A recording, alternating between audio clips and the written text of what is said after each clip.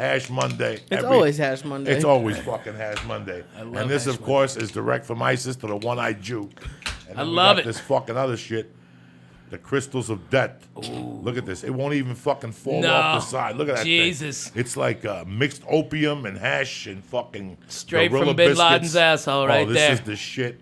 It came over. What's happened, Lisa? You up in Toronto? Yeah, I had a great weekend. Telling people how to do a podcast. You're like a regular fucking Simon Bostenister. Who's that? Some fucking superhero No, from the 70s. It was great. I went to the Underground the night before after Steve's shows, and I met Puff Mama, who knew you from before. I had a podcast that I've never had my name on anything before. Like, I've gone with you to things and it's fun, but like I started getting really nervous after I dropped Paula off the night before I left because I realized I was packing, and like my name was on it, and it was just, but it couldn't have been more fun. We did dabs. I met this great guy David who works for like the biggest pot grower in Canada, and he was telling me all about it, and then the next day we had like 20 people at the podcast seminar. It was great. It was the coolest thing about it was there were people there who didn't know me from the podcast, and I got like this one guy was there. He was like 80 years old, but he wanted to start a podcast. It was great. All right. That's kick ass, man. Yeah, I love Toronto, man. Oh my God, it was. I've never been to Canada. Oh, and really? I've always heard everyone was really nice, but it was just so much fun, and the food was great, and it was just Good Chinese up there in Fuck Toronto. yeah, man. They don't fuck That around Peking up there. duck. Good weed. They ain't fucking around up there. I They miss got that birds city. in the fucking windows, man. Remember when they were shooting everything up there? Yeah, that was good because you go one street and it's New York. You turn another street, it's fucking Chicago. You go in one place, it's goddamn Philadelphia. I mean, it's fucking the greatest town to shoot in, and the people are amazing, They don't shoot man. there no more like they used to? You know, they don't. I think the dollar got weaker against the Canadian dollar. It used to be, but not anymore. Now it's like 130 American for every dollar Canadian. So maybe more stuff will go up. I there. remember being up there at the comedy club Boris had. Yeah, underground. Boris. Yeah. No, Hollywood. Yeah, Bill, yeah, was yeah. in Toronto. Comedy Wood. Comedy Wood.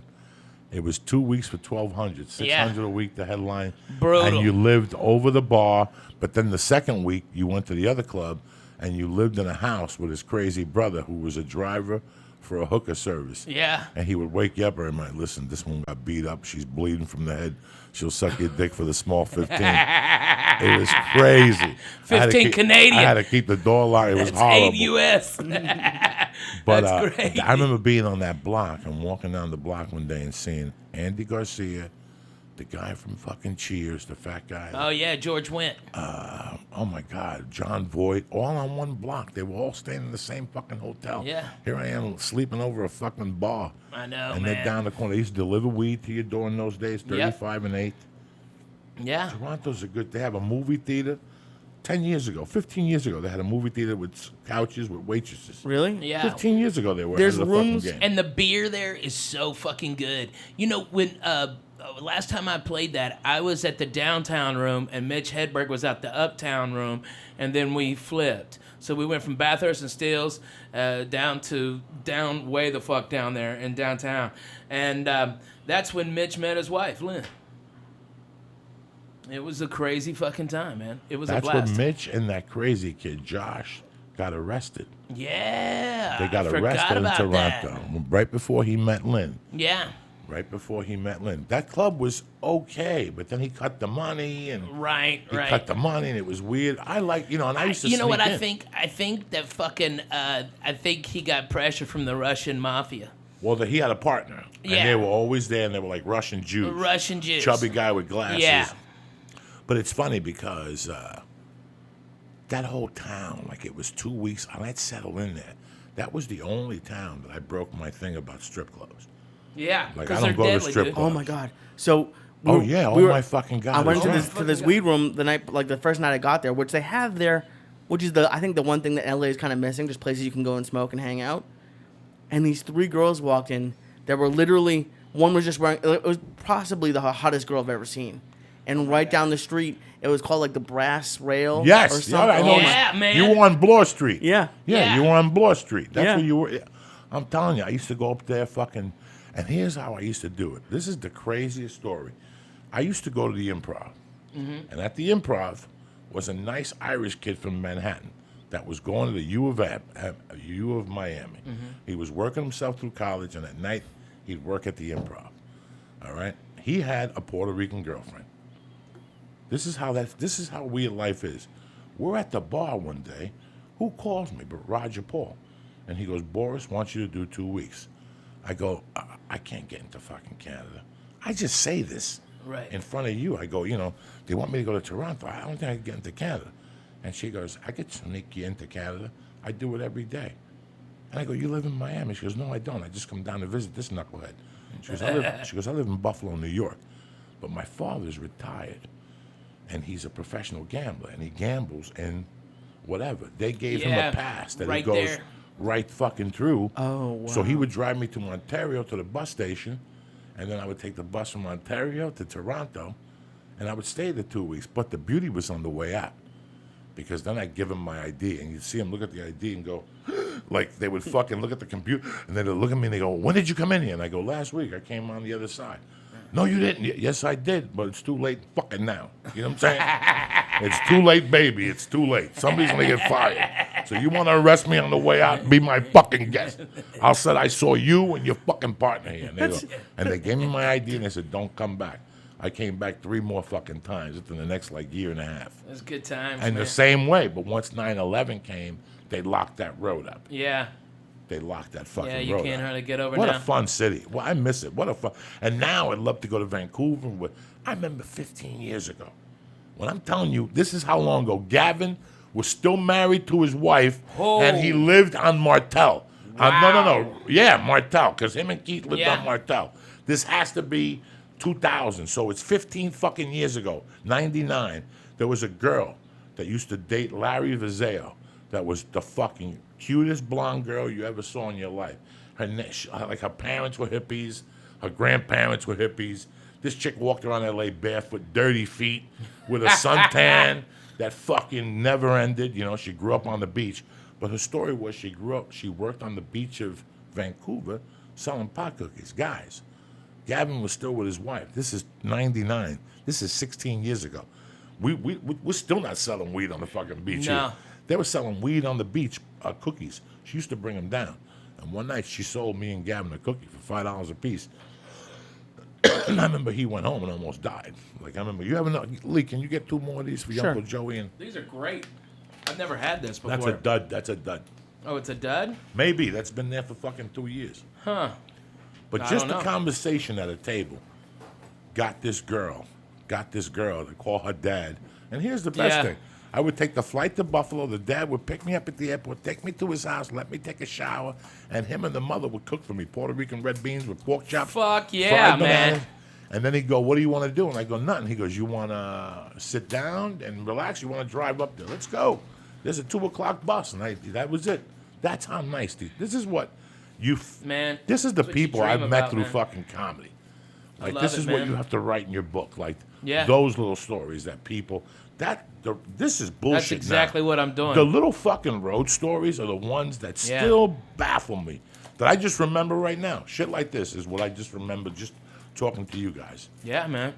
This all we need is you drinking all my orange juice, and this is 1440. This is fucking awesome, man. This is just like we used to do, right there, looking out the goddamn window. That's, what was the Bloody Mary mix? Oh man, it was Texas Pete's Bloody Mary mix Thank that you, we my bring brother. out from Houston, and it was deadly. It was so good, so spicy, and then we'd put pickled green beans in it, and shrimp, and lots of horseradish. Bloody Mary? Fuck yeah! And sometimes I'd fry up a whole piece of bacon and shove that motherfucker in there. That's how you do it, Lee. Put the Jew in your back pocket. I'm gonna bring you back to life. That's what we did. We get fucked up on that. I was having a talk with Ralphie last week, and I said, you know what, Ralphie? Sometimes I just want to blink my eyes and go back to 1440. Yeah. Because those nights with no money were some of the best. The night you burned your head, the scalp. Oh, the my fucking- God. There was I a burned my Chinese, fucking hair. There was a Chinese light, and he was yelling at Jody, and his head was perfectly under the Chinese light. And I was about to say something, but you know me, I'm a comedian. I go, let him burn his fucking scalp. And all of a sudden he goes, ah! And me and Jody Fucking just smoke. busted out. I remember getting coked up with Jody and drinking the vodka and filling it back up with water. I know, Dick. So funny. Oh my God. Man, how about the time you were over at Gavin's and you had the Bolivian flu and his little cocksucking male fucking pug dog Pissed on me. ran up the back of the fucking couch, went to Coco, who's got his eyes closed, sleeping upright, And he fucking trying to peed on me. fucking, I mean, just reeking of pussy and fucking yay, and he had shit on his fucking shirt, and that fucking cocksucking dog pissed on your head. That was the fucking funniest shit I've ever We seen. did a lot of fucking coke in that building. Good times. A lot of fucking coke was done in that building. 'Cause I we always started- stayed out of that. I'm No, glad no, I you did. never did none of that shit. It was just, it was around you. Yeah. I remember I used to go to your house, drink Bloody Marys with you. Yeah. And be doing little tiny bumps in the bathroom. Fucking A. Fucked up in that little apartment till 4 in the morning. How much did you know, Ralphie? I was All like, of oh, it. he knew. All Oh, of it. oh, Come yeah, on, he it's knew. Coco. You know what's fun though, Lee, is when he comes in with the rare story. All right, I started doing blow with this chick. Turns out it wasn't blow, it was heroin. We fucked all night. It was crazy. I loved it. It was tremendous. All right, I think that was 2000. Okay, that was a great one. But that's the only time he ever did. But dude, Thanksgiving was fucking epic. That The Thanksgiving. one with Marilyn up at your house. When I ate Yeah, the mushrooms and yeah. went to the store. Oh my God, And the motherfucker, original you room was did it. purple, Lee. He ate an ounce of mushrooms, Lee. An ounce, not a fucking eighth. A goddamn I ounce. was fucked up, Lee. I kept eating those fucking things. He ate like a pig. He fucking smoked the best reefer. That's when you used to have a jar on the Fuck table. yeah, a big A ass jar. fucking pound jar on the Pound table. jar. Let's do this. Oh. And let me tell you what. That I've never seen anybody been able to do that many drugs and stand. Coco not only stood, he went down to the fucking OR, got a big old fucking rock and 8-ball, all right, did that shit, and from what I heard, blew the fucking Comedy Store away. You I hadn't gotta done the coke yet. I got the coke and took it home. I did the mushrooms and went to the store and was fucking lit, and nobody showed up. So like, you got to go up next. Yeah. I was fucking lit on these mushrooms, and I went up there and I just looked straight ahead, and the lights were turning purple in the original room. Like that's all I kept seeing was purple, you know. right?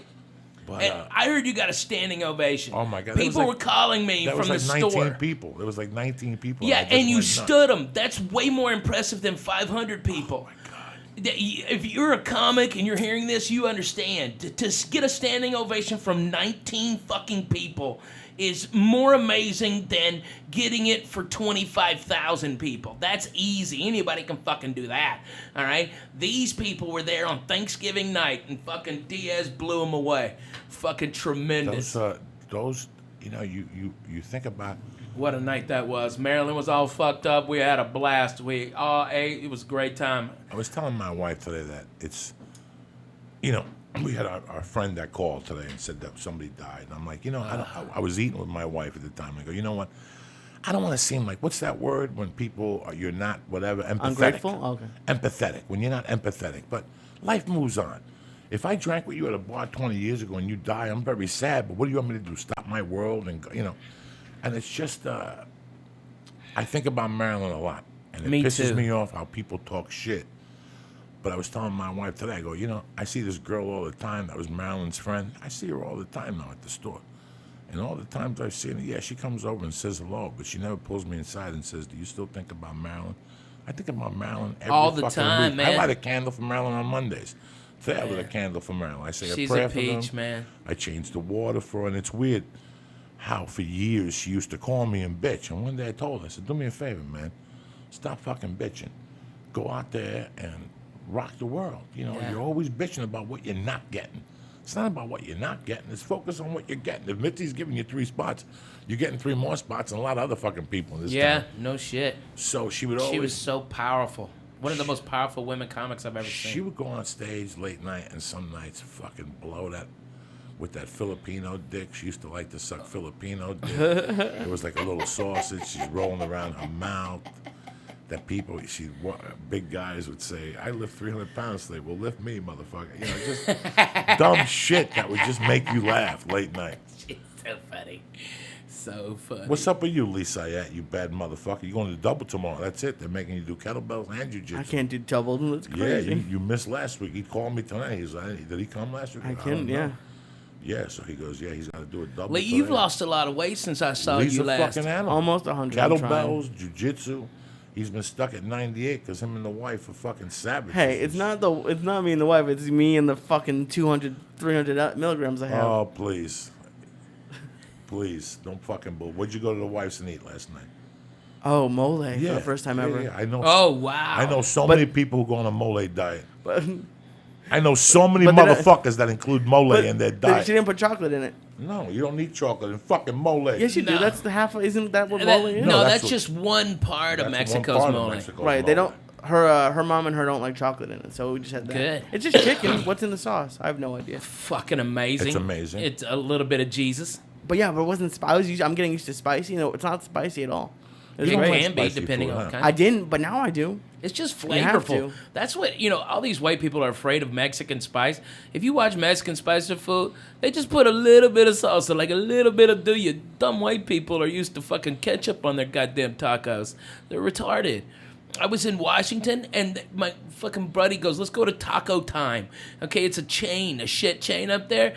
And the fucking lady said, do you want mild salsa or ketchup on your tacos? And I fucking laughed. I go, bro, if you eat that, I'm going to fucking fire you because I can't stand to look at your face. And we just left it there.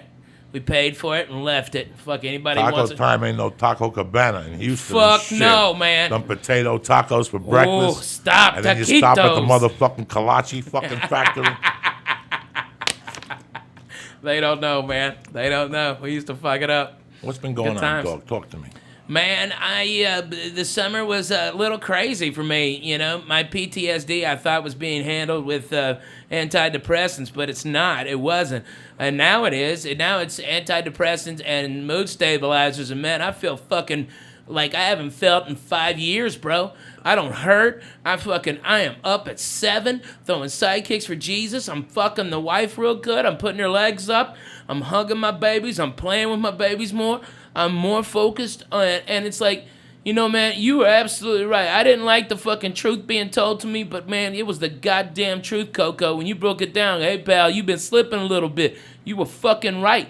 You were goddamn right. And I didn't know how bad it was until I fucking went to the goddamn doctor and describing all my shit, and he goes, you're under medicated for your PTSD. You are way the fuck under medicated. And now, man, I feel like I haven't felt in years, man. Like the whole world isn't closing in on me. Like fucking, like LA's not bothering me as much. Traffic doesn't bother me. Fucking nothing bothers me no more, man. I am fucking great with life. It is fantastic to not be pissed except for when deadly needed. You know what I mean? It's nice. It's hard. nice. It's Joey's one of the worst people to get those truth bombs because you in the back of your head, he's right.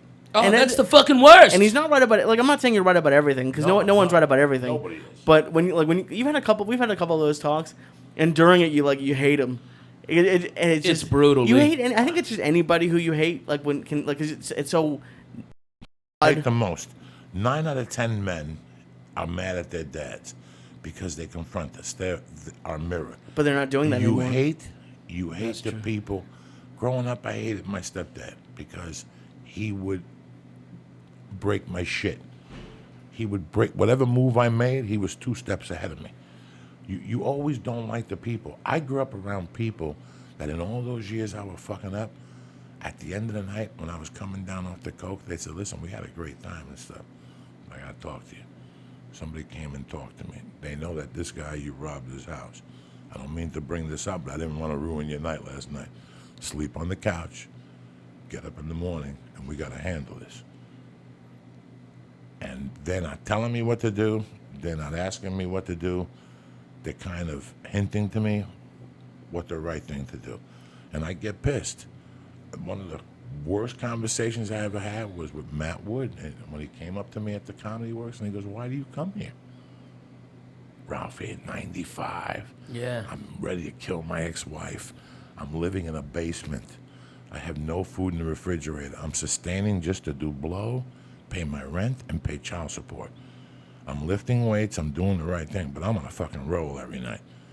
And I would cancel all the time, the open mic. And this guy came up to me, and he goes, can I talk to you for a second? He's like, hey, man, why do you come down here? Why do you waste your time and their time? He goes, let me be as honest as I can with you. He goes, just being you, you're the funniest out of all these open micers. God forbid you wrote a joke, and God forbid you showed up. Look at your T-shirt.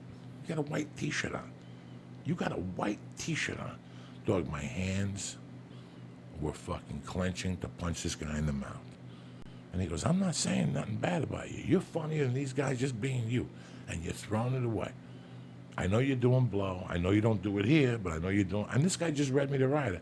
I walked to the bus in Denver, Ralphie, and walked back to beat him up.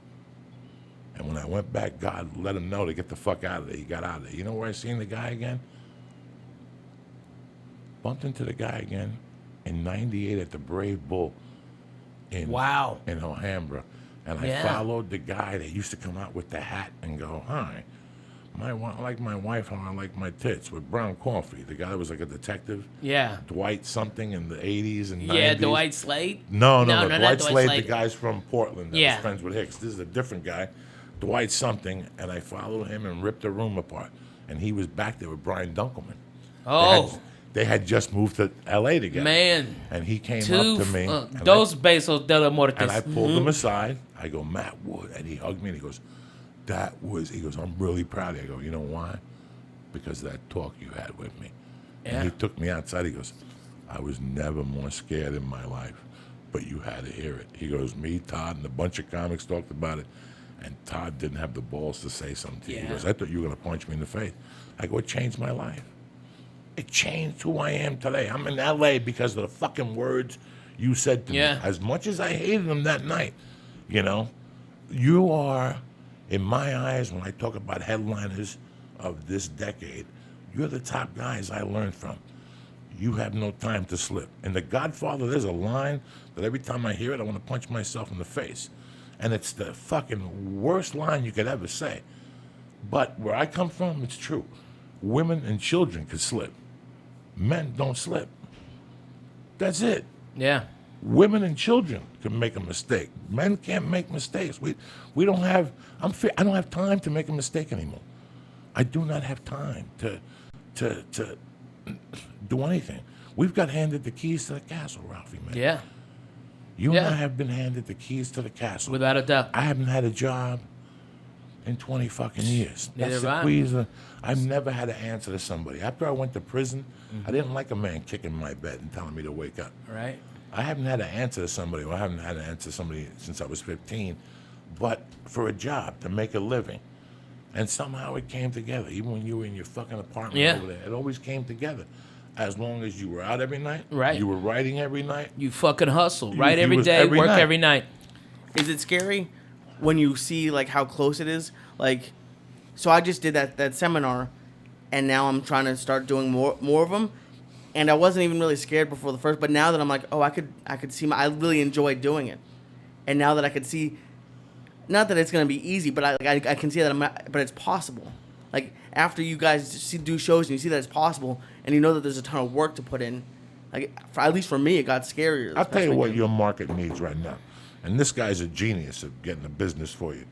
But I think right now what you're doing, fuck these little comedians. I think if they're going to start a podcast, they're going to start a podcast. They know how to do it. Okay. I think your people is like computer people. Yeah, Tech man. people who really are uncomfortable. They don't know this world, and they want to learn it from A to Z.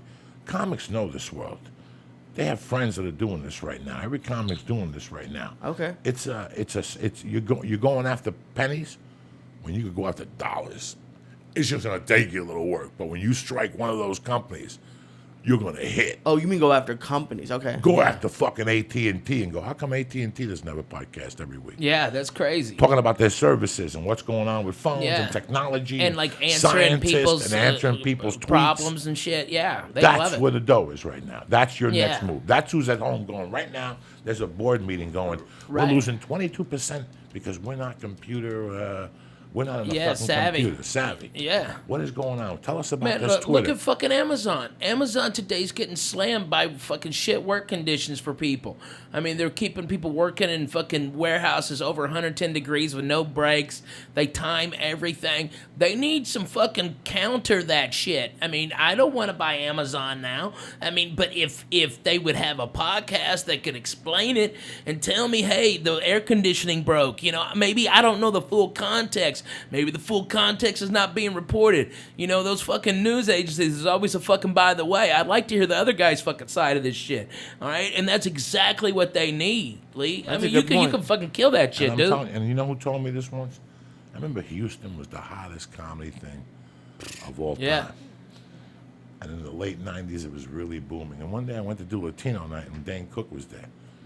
And I go up to Dane. I go, Dane, how was Houston? He goes, man, that's a great club. But he goes, you know what? It was too many shows for the money. I got to figure out how to just do one big show there. 5 years later, he was doing theaters, Lee. So Yeah. my point is, Wow. Lee, that, you could go Set to a comedy goal. clubs around the country. There's expenses. And, how expensive is being out there, Ralphie May? It's fucking Society. the biggest expenses. It's so there's a lot of expenses for the price you were charging. I mean, your thing is a workshop. Right. It's 9 to fucking 5 type deal for these people. Like, your thing is a workshop. Your thing isn't just 1 hour. Your thing is a fucking workshop. Yeah, we did like almost 2 hours, and there wasn't enough time. No, your thing is a workshop. There's 2 parts to yours. They got to go eat lunch and come back and have questions. Do you think I should just do like rent a room at a hotel? That's what I've been thinking about. Like fucking yeah. Yeah, Build it. If you and build get it, they'll come. and do it off days. You can save a lot of money if you do it off days, bro. And if you can and book into it that you can adjust the size of the room. All right, so if you have a big turnout, then they can open it up. If Like not, they keep bananas. it small. Boom, like Like bananas. in Jersey. Yep. And you could do Hasbrook Heights. you ever see those commercials for real estate people that come to your town and teach you how to make $1 million? Yeah, but hustling that's a real estate? scam. I don't want to scam anyone. You're not scamming nobody. I'm just saying it's the same type of thing. Lisa Yeah. Syatt will be in your area, and then what you could do is maybe do a big one and then do a comedy club, so you get 2 bangs Yeah. for a buck. Okay. I bet But- Zanies in Nashville would do it, bro. Yeah, Zany's in Nashville. There's a ton of comics there that need to be podcasting, and if you had there, I mean, you could do. They put out to all the comedy clubs in the southeast, and all of these comics that come. There's fucking 40 guys in Memphis. There's fucking shit ton in Louisville, Lexington, fucking Knoxville, I'd Chattanooga, love to Atlanta, Birmingham. Man, all of those guys will come up. I'd love to do them everywhere, and that was the one thing that I was surprised by. Like the crowd that came out to Toronto wasn't a lot of comics. There were a couple there, but it was mostly I'm other telling people. You, Yeah. you need Man. right now. There's businesses Yeah. that really need your services. You have to find a way to reach them and go. Listen, you know how long you been plumbing? 32 years. Not for nothing. If you're making a living doing it, you know a thing or two. Right. Get somebody else on there, even if it's for a half hour. The plumbing show. Who gives a fuck? Yeah. Today didn't fucking Home Improvement. Remember for years? Oh, yeah, man. He would teach how to tear up a floor. What's the difference doing it on a fucking podcast? No, there is no difference. What's the difference? People want to hear that. I'll hear it on the way to work. And a lot of those guys are fucking funny as shit, Yeah, man. they are naturally. They Yeah. just need a co-host, somebody in between. Yeah, teach and them to how steer 'em. download, blah, blah, blah, Somebody's blah, gotta blah. steer 'em. There's got to be a program also, Lee, that you could push these people on to go 1, 2, 3, ABC, and do what you did. Call them and go, hey, I'm referring these people. I did that. I know you did that, but you Yeah. have to do it more with more companies Yeah, yeah. now. Now the next one is the people they contact to download it because you're leaving. So they don't know how to fucking download it. So there's got to be a company to teach them how to do that. Now you got to go to them and go, oh, yo, I'm going to send you 18 fucking people $1 a piece every week. Whatever. I'm just saying. Right. You're Man. sitting on a gold mine. Lee, You have to point it at the right direction. Yeah. You have a Brother, great bullet. just come to Nashville, okay? I'd love I'll to. set it up. I'll get you a night, okay? I know everybody fucking run out there and supports you. Nashville always supports us podcaster comics, okay? That'd be great. And dude, and not only that, you don't even have to get a hotel, Lee. You can stay at my house. Thank my you. house is like 8 It's blocks empty, and away it's from the empty. club. Empty. And it's empty. And It's a there's big food, fucking house. There's It's food in the freezer. Fuck there's yeah, chili. man. There's fucking everything. Thank you. I got appreciate everything that. in there ready to go. I'd love to. Yeah, man. Lee, it'd be my pleasure. And I even got my buddy Aaron who'll pick you up from the from the airport. My car. You can drive my car. Oh my God, you're the best. a Thank good you. service. People talk to me all the time about starting something. And Yeah. especially when I go on the road, that they do this. I had a dentist talk to me about it. I had a shoe guy that I fucking lost a card. Oh, okay. Oh, yeah, in Boston, yeah. To Boston. I had people are interested in this. They just don't know where to start. It's like, what's his name said in The Sopranos. Everybody wants a cooler. They just don't know where to buy one. You know what I'm saying? Yeah, right. Well, that's the issue I found when I was building it. It's just, if you Google it, there's 8,000 people telling you 20,000 different ways to build a podcast. So, like, that's what I said at the beginning. Like, this is just the way I did it. Listen, but here's the fucking thing, okay? This is me. This is fucking me, okay? Yes, I bought the fucking Judy Brown workbook. Right. And I read about comedy like every other comedy did. But I learned from watching Ralphie May. I learned from watching Bill Burr and Greg Giraldo and Joe Rogan and Ari and Duncan. You learn different things, okay? Right now, you know, I saw that ad for the people on TV. Hi, we could up your marketing and do this and this and this. That's great. Well, I'll tell you what you got. You got some kid that went to school for marketing. The difference between that kid and you is you're living it. You've Right. seen it. You've seen how our numbers went up, what we did, what works, and what different works in some markets. How many times have you called me and said, wow, we had this guy on who's a celebrity and he's got no hits, and this guy's a plumber and he's got 2,000 fucking hits. I wonder what the fuck happened. We learned not to release a podcast on a Friday. Right. That it's a dead fucking thing. We learned not to edit a fucking podcast. These are the things we learned by doing. We used to do a podcast, we used to edit it. We stopped editing it, the numbers went through the fucking roof. Right. You know, when they hear you say fuck and yum and fucking Chinese and, They and love all that this shit. They love that shit gotta because you're drop a talking from the spick, a fucking chink, heart. and a nig So once in a this while. so this is what you have to tell the people that they're gonna sit there and look at you. If I had any type of business today, flooring and fucking tiles, if I wasn't a snappy guy, I'd have somebody in there, but I'd have them pushing the envelope. Because I want people to say, what the fuck is Ralphie May Flooring talking about? Right. Fingers up an asshole. This could not continue. I'm like, I'm a Christian. I'm a Christian. These are the people that push you more. These are the people that are going to go, you own that company? And that's what you're If you're trying to listening, do. not laughing, Right. you're That's what retarded. you're trying to do online. That is the social whatever. You could go on Facebook and dick around and show people what you had for lunch. Who gives a fuck? You know, who gives a fuck? Unless you're eating... Especially because people follow so many people, you really have to stick out. you really Yeah, have to stick man. out. And especially if you have a business. If you say, I mean, you'll get a lot of hits if you like took what you had for lunch and it's like Giner, you know, if it's a nice pussy meat, all right, that'll get a lot of hits. All Somebody right, asked but me that's that the one. only hit, man. Why If don't you're you taking a tape picture of your fucking sandwich, go fuck yourself. Why don't you tape your workouts? I like going to VMAC for the kettlebells, but when they tape my workouts, it drives me crazy. I do it for them because I like them, but I don't do it for me. I fucking hate that shit. Why? I hate that shit. For me to go to the gym and periscope myself. Listen, I go on the periscope and I do what I do best, and that's smoke reefer for 5 minutes. After that, I'm high. I don't want to talk to nobody after 5 minutes, right or wrong. If you're Right, smoking fucking good right. weed, you Yeah. smoked the joint, you had your soda, you had your donut. Is there anything else I can do for you? No. All right. See you No. later. Bye. Pasadena, See you. Lena.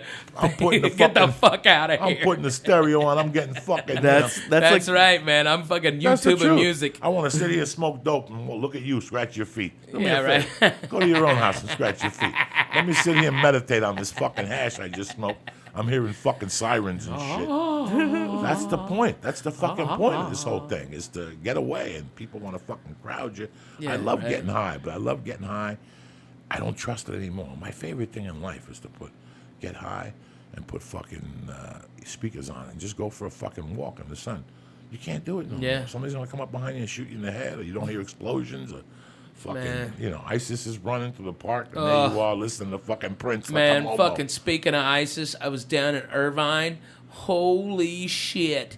That is the most Arabs I've seen since fucking Kuwait. Have they taken- all right? have they taken over Holy Irvine? shit. Dude, these fucking retards, they throw their goddamn carpets out in front of the fucking fountain. It looks like valet parking for Magic Carpets. It's Arabian Nights. Why are you tormenting these beautiful It's people? Arabian Why days. is Hey, tormenting? because it looked blow uppy as fuck out there. That's why. Because those fucking, they're very combustible. That's why. No. And I've gotten shot at by those cocksuckers, That's Coco. those people over I've there. been to Iraq. Not the ones here. I've been to Iraq. The ones here, they're nice people. Hey, I'm telling you. I don't know they're nice people, Coco, I trust because I them, they're can't. here. I can't fucking tell their Listen, difference. They're I- walking around with that Listen, fucking I hot know Jeep these or whatever people- the fuck these that people are shit very is, nice. looking blow uppy like a used to- motherfucker. listen, I'll Man, tell you what. I'll throw a ham sandwich at them. They'll kill themselves. I'll solve this fucking problem. I've always had fucking success with people from those communities. I don't know why. And when I was young, you know, I had my. I like some of them.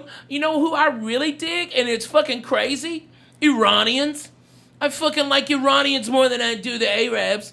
All right, I love fucking them way all. more. I love the Iranians. I love the Armenians. Oh, I like the Armenians too. They're The fucking Armenians crazy, don't and fuck it's around. like, hey, comb your shoulder, bro. I like at this point in my life. I like mean, everybody. Yeah, right? Yeah, listen. I hate Russians. I'll tell you that. I don't like Fuck fucking Russians. Why don't you keep it Fuck up? Russians. Keep it up. They're gonna drop a grenade and Good, fucking here. good, Russians good. and fucking Arabs. You I ain't gonna hate make- fucking Russians. Russians are nice I've people. hated Russians Look, since I'm Cuban. goddamn '84. Why you and when they insult them, killed man? Swayze and Red Dawn, they Nah, could suck but- my dick. nah, And you know what? They killed Apollo Creed too, Listen, nigger. so what? Don't forget, Both you of them slipping. died on the street, hey, too. go fuck that self. Fuck, All right, Patrick those Swayze, look cocksucking at- Russians. They put baby in the corner. Fuck them motherfuckers. No, I hate those Russian cocksuckers. people are very Eat nice a dick, people. Russians. They got nice fucking weed stores. They don't bother nobody. They always give you an extra gram. They know what's going on. Yeah, the I Russians like here, they're the ones who are seeking the great American dream and taking right. over white people and punching them in the face. I'm talking about the cocksucker Russians, okay, that are in Russia. Okay, I mean, Lee's probably fucking Russian Jew. I am, yeah. Yeah, He's he's a Russian Jew. Ashkenazi like a Nick, man. I love that guy. All right, but that's what it is. That's what it is. Lee's down. Okay, I like Ashkenazi Lee. like a Nick. That's Yeah, right? For real, because look at you, Lee. You ain't wearing no sweater in the fucking summer, okay? You ain't smoking shit crazy cigarettes. You don't smell like smoked fish, all right? Those Jews always smell like fucking fish, those fucking crazy Russian Jews over there in West Hollywood. That's all they got. That's all they got, bro. Where are What they? is On it? Fairfax? Oh, man, I wish they were on Fairfax. They're on Sunset. That's a big place, that club by that urban ramen place. That used to be that. I mean, it's been like 1,000 places. It was right across from Green Tea House where we used to go. You remember we used to go over there for fucking. It's right across. That's a big Russian hangout, dude. They're all Russian gangsters. All right. One of their girls hit one of our cars, and they came out and said it was our fault, and the car was parked, and nobody was in the fucking car, and they started fucking saying something. And you know me, Coco. I carry a pistol a lot. Okay. I've got a Class 3 weapons license. Okay, and I've got distinction from the FBI. All right. I can carry the fucking thing anywhere. Okay. I can fly with it. All right. And I'll just fucking pull my gun. I just pulled the gun, and the guys backed the fuck off, and we got to exchange information. And fucking went and no drama, all right. But they were fucking surrounding my wife. What the fuck am I supposed to do? I got hit by a Russian lady in a parking lot up here, and she refused to admit it was her. Yeah, exactly. And she was like 90 years old, so I felt really bad. But she was like, no, that wasn't me. And her car was filled with dents. Just, oh my God. I got hit too. I got hit by a Russian Me chick. too. She On paid Stanley. me. Fuck you, pay me. You gotta Fuck you, pay pay me. I me. got that one insurance. I don't know who the fuck they are. Fuck you, pay me, and see you later. Bye. Are you? It's crazy though. I used to, I always crack jokes, and like I say on stage, I'm not really a racist at all. I'm not a, whatever, but I say racist remarks for a laugh for myself, at least to keep me the fuck You're sane. insensitive. Because in the back of my mind, I know they're saying shit about Spicks. Oh man. If I'm not around, I know people are talking about Mexicans. And I'm not even fucking Mexican. I hear them. I hear people talking about Mexican and their real views. Yeah, man. And I giggle and I don't make a joke, but I fucking Right. know now. At least I know how you feel. Right. It doesn't bother me. I'm not. Listen, I've never felt. I felt insecure growing up to like being third tier because I was Cuban, but I never got offended when people said shit to me growing up. Dude, I was white trash. I I was never really fucking got white offended at trash, all. and now I I'm never fat got white offended. trash. What are you gonna do? You are what the fuck you are. Right, And exactly. Fuck it. I learned early on if they say that type of shit, just giggle, and I always did. They're just I dumb. never had a beef with it. One time I had a beef with it, and I was mad anyway, so he just gave me an excuse. What's up, Lee? Look at you. You're back in coma, fucking. Hell yeah. Mama waiting for you tonight? Yep. Oh shit. Yeah, she's there. What you making over there? What's she she making for cooking? dinner? I don't know what's for dinner. I'll She's find out. surprising you. Yeah, I guess. What do you think? What do you think it is? What do you bank on? Probably like a sandwich. I don't know, like a turkey sandwich. You think Oh, yeah? That's what she's making you for dinner? I don't know. You know what I mean? made A my kids for fucking lunch? turkey sandwich? I don't know. It's gonna be like 11 o'clock at night. So You know, who gives Lee, a you fuck? gotta come to my house for a turkey sandwich. I get Jewish rye, all right, and I put Put a little Russian dressing on there. I know I hate the Russians, so it's ironic that I like the dressing. All right, and then good ass turkey right there. A little sauerkraut, make a Reuben right there. I've never Pan fried tried and sauerkraut. cheese. What? You'd love it, You've Lee. never had You'd love it. sauerkraut in No. your You'd whole life. love it. Man, Man, you I've are tried the it once. shittiest Jew of all time. All You know time, that? all All the time, time. all time. Yeah. He's so removed from the rules of Yeah. I love being how a Jew your guideline for it and is the what food rules I've of eaten. Right. and the rules of being from Boston. He fell Did right you even out. get bar mitzvahed? Yeah, Okay. my portion was Noah. Your what name is Noah? No, you have a portion. Like every week it's a different story, and my Mm-hmm. story was Noah. Your story's Yeah, Noah. he read part of the scroll. What Yeah. was Noah? He fell in love with a Mexican chick. and No, he's the fucking one that had did a the ark. podcast. Yeah, man. Noah put all the animals in 2x2. It's just I didn't. I had my mic running. Sing some of that for us. I know you still remember it. I don't remember shit. Don't you bullshit me. Especially Those right Jews drill that shit into you for 6 fucking years. I know it's terrible. I don't like Noah or just Oh, anything. just any of it. Come on, sing it. Come on. Let's see. Come- Baruch atah Adonai Eloheinu melech haolam v'higanu l'zman hazeh. I think that's like one over bread.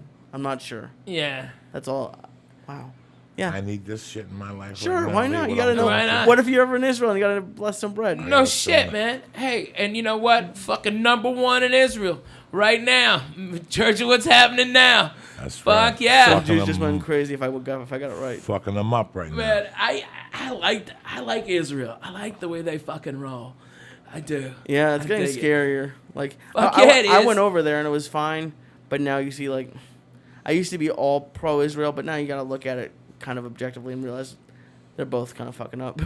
Everybody's fucking up. Man, just go to Haifa and everything's Haifa's chill. really nice. Yeah, Haifa's everything's beautiful. chill in Haifa, man. What I was going to say to you was, there's no guidelines, but I always thought people from the East Coast ate a little differently. At least growing up, I did. About 2 years ago, my best friend in Jersey, his son came out here. His sister's son came out here, who I knew since he was a little kid. And we were talking, and when somebody comes out and they're fucking 17, they go to the Navy, I said, do you want to go out to dinner? Where do you want to go? And he's like, I don't care. You could take me to Subway. And I said, you're from North Bergen? You're from the projects of North Bergen? And You wanna you go eat to Subway? He goes, that's all I eat is Subway or my grandma's spaghetti. I go, so that's all you ate growing up? Joan didn't take you to Piccolissimo? Joan didn't take you to What's that? Chan's What's that? Dragon Chance, Inn? yeah, Dragon Inn. No, and she goes, You get no. one of them fucking tiki no. drinks. So I didn't know that. Have you been there, Lee? Yeah. Yeah, he So was there. good, I man. didn't- Them fucking egg Those rolls. fucking spare ribs are really good. Oh, too. man, the spare I'm ribs. counting the fucking days. Ugh. But it's so weird. I thought people ate Fried differently. rice, Lee. no peas or That's what carrots. it was. I just thought I ate differently. But, you know, when I went to New York City 10 years ago and I saw the thing that Red Band likes, Olive Garden. Down, Oh, that's down disgusting. On 48th Street. In the middle of Times Square. Times Square. I knew it was over. I knew that there was a lack of everything. Whoever rented that building should be fucking shot and hung 2 Man. times in the head. But that's the way. I was in Long Island in an elevator, and I saw a kid coming up with Domino's Pizza, and I almost died. One time I was stuck in Long Island overnight, and I just went to the hotel. It was a terrible hotel. And I went to the guy, and I go, can I get a menu? And he gave me a Chinese menu, and I just ordered because I was hungry. Lee, the best fucking food I had in years at this little, because Long Island has 2 airports. They have that big airport, which is Kennedy, Yeah, JFK. and then they have that little one. Out there, the Southwest flies into there. A lot of people don't know about that airport. Yep. But, bro, that's a It's long... Islip, right? Islip. Islip. That's a long flight from fucking... I took that flight on a cheap run on some Howard Stern reunion show in a theater, and Craig Gass was supposed to go on Howard Stern, and Howard Stern hung up on him. So we only sold 80 tickets. And I got a big song and dance at the end of the fucking show. It was horrible. Oh, about how we didn't sell enough, we Yeah, can't pay you. yeah. Man, there's always those motherfuckers. Usually it's a black guy. All right. At least I it had used the to- black used to be- guy, but this yeah, one, in they were- Texas. these guys were white. Oh my God, there was an asshole named Vance Bradford that still owes me for a gig at Texas A&M. Okay, from fucking '94, Jack. That's the Okay? manager. Yeah, That's the that's the manager. manager. and he still owes me $500 for that. He's a fucking dick. All right, and you know I'm rich. I don't even. $500 is dinner with us. Okay, You remember all right? all those fucking. But I remember the $3. guys you get that pissed off. fucking fucked me when I needed it, Judy man. Brown, $25 for an MC spot in Vail, Colorado, no hotel. I had to call from Lakewood Chrysler Plymouth, and on that night it was so cold I had to sleep in my car. When I started, the fan belt fucking snapped, and I just left the car there and quit the job. I never called up. I never went and got my last check. There was no use. I just left the car there. Wow. I called them and said the fan belt broke. I don't know what to tell you. I'm not coming back. Why? What happened? This was a sign from God. Yeah. I got beat for $25. The fucking car blew up. That was not, bro. I had a ton of jobs. I would just take the job to get the car. Oh my God. Man, tell him about gas stationing, okay, in North Jersey. No, listen to this. This is the There best was one. when I went back to Colorado in '93, I lived in Colorado from October That was in Boulder? '93. I lived with my cousin Al Coelho in Arvada for about 3 months. And basically all he did was get me advances to go to places to get a job. Yeah. So I would walk into your dealership with a suit on and go, I'm going to run your fucking Latino division. First, I went to Douglas Toyota, who had the strongest Latino division. They had Al Coelho and this Mexican dude. They put the Mexican dude on television and said, we'll fucking finance you. We speak Spanish. Fucking Douglas Toyota went from selling 300 cars a month to 450. Wow. 150 cars a month to the Mexican community. 2 salesmen. Fuck yeah, man. Selling 150 cars. 2 Mexicans. Cha-ching. Al Coelho and another Mexican. My cousin and this Mexican. Al Coelho bought a home. He was snorting yeah. blow. I mean, they were killing, and then the word got out. So Al hired me, and I went over there with no money in my pocket, and Al got me, I think, $1,500 up front, a car to take home every night with a license plate with no drama, and I could work my own hours. So if I had a gig, I could leave at 8 o'clock. And I think for 90 days, dog, I made $7 to $8 grand a month. But I was there. You got to be there. Yeah. And it's a liner closer store. What that means is, how you doing, Ralphie May? What's happening? Everything beautiful? Yeah, what's cracking? No, I'm looking for a truck. Okay, let me show you this truck. You like it? You want to drive it? Yeah, we come back. Can I get you the numbers? Let's go. What do you? Oh, I came in here with a Range Rover. Come on, let's do the numbers. I sit you down, then I bring the fucking flying Jew in there, a motherfucker that don't give a fuck about nothing. This guy sold his mother a car for $1,000 over retail, and he comes in and works Ralphie May. And guess what? That's it. I never see Ralphie May again. I sell that car. You get a percentage from the dealership to close the deal. Guess what I do? I'm a fucking whore. I go right back out there and get another customer. And in those days, that lot had so many customers that I would just qualify right there. What's happening, Ralphie May? Nothing. What's cracking? What are you looking for? A truck. Let me ask you something. If we make a deal today, you gonna buy today? Well, I don't know. Listen. Don't hit me with that I don't know shit. Either we're on or we're off. You're gonna buy a truck? Because I'll fucking go in there and fight you like a motherfucker. I'll get that truck down to bare bones today. Let me see the $1,000 in your pocket. And they go, let's do it. And I had this motherfucker on. I drive him, come back, push him to a closer. That's line of closer. So you throw 8 motherfuckers to the grave, 6 of them are gonna buy, 2 of them are gonna be bad credit. So I sold 4 cars for the fucking day. It's just numbers. You just got to talk to. You got to grab people. In those days, you had to hide behind cars and shit and spook people. You think I'm fucking kidding you? You think I'm kidding you, dog? You got to stand by the door and put your hand on the car. Were you heavy then or no? No, I was in No. shape. You had to drive in and put your hand on the door and walk them to a parking spot and greet them and then take them and fucking jam them in the ass. And then when they fucking got pissed off at me, I said, fuck you. And I just started whoring myself, going to different dealerships and going, let me talk to the owner. Listen, how many fucking specs you selling a month? 3. Well, we're going to kick that up to fucking 44. How? This is what we're going to do. You're going to do ads on the radio. I'm going to do them in Spanish. And that's all I did for a year. I'd work there for a month. I'd get an advance like $5 grand, pay the attorneys from the child support, all that shit I owed. And I just keep moving, Ralphie, man. It was amazing how many people I put together. At the end, I finally put together a used car lot. One of those fucking 60 cars in the lot, they finance you. I got one of those jobs, and that job wasn't bad. They let me work my hours until one night the engine blew up on one of their cars. How did the engine blow up? Dog, listen. In those days, with my luck, I was watching SWAT the other night. The guy goes to the restaurant. He kills his uncle. He gets in a car. He gets pulled over for a busted taillight. Right. That's the kind of luck you have when you live in those circles. You understand me? So in those days, anything I touched blew up. Didn't I blow up Aunt Manny's car? I was just wondering if you're going to talk about that. That's the greatest story of all time. My God. So fucking dumb. She was a dumb broad who was all in love with Josh Wolf. All right, and to get closer to Josh, this big ass girl, she could only get like $500 for a piece of shit car. She got a new car. And so she just gave it to Coco. No, she gave it to Josh. Oh, she gave it to Josh, and Josh gave it to Coco. Okay, so I think we're over like a bag of weed. Okay, he got a car. All right, so Coco lost. He was dating the tooth, and he fucking got pissed off at her. But tell him the whole story. The car, I'm going to. That car had air conditioning. It had power windows. It was a little Cruise. Nissan Cruise, but the brakes were a little low. Yeah. But what happened was she gave me the car with only a month and a half on the tags. So I used to sleep in this motherfucker at night. Yeah. I would snort coke and go in that car, open the sunroof. I'd put a blanket over me. I'd jerk off into a sock. And I'd roll over and listen to air conditioning. Then I'd wake Ralphie up at 9 and go eat his food. Yeah.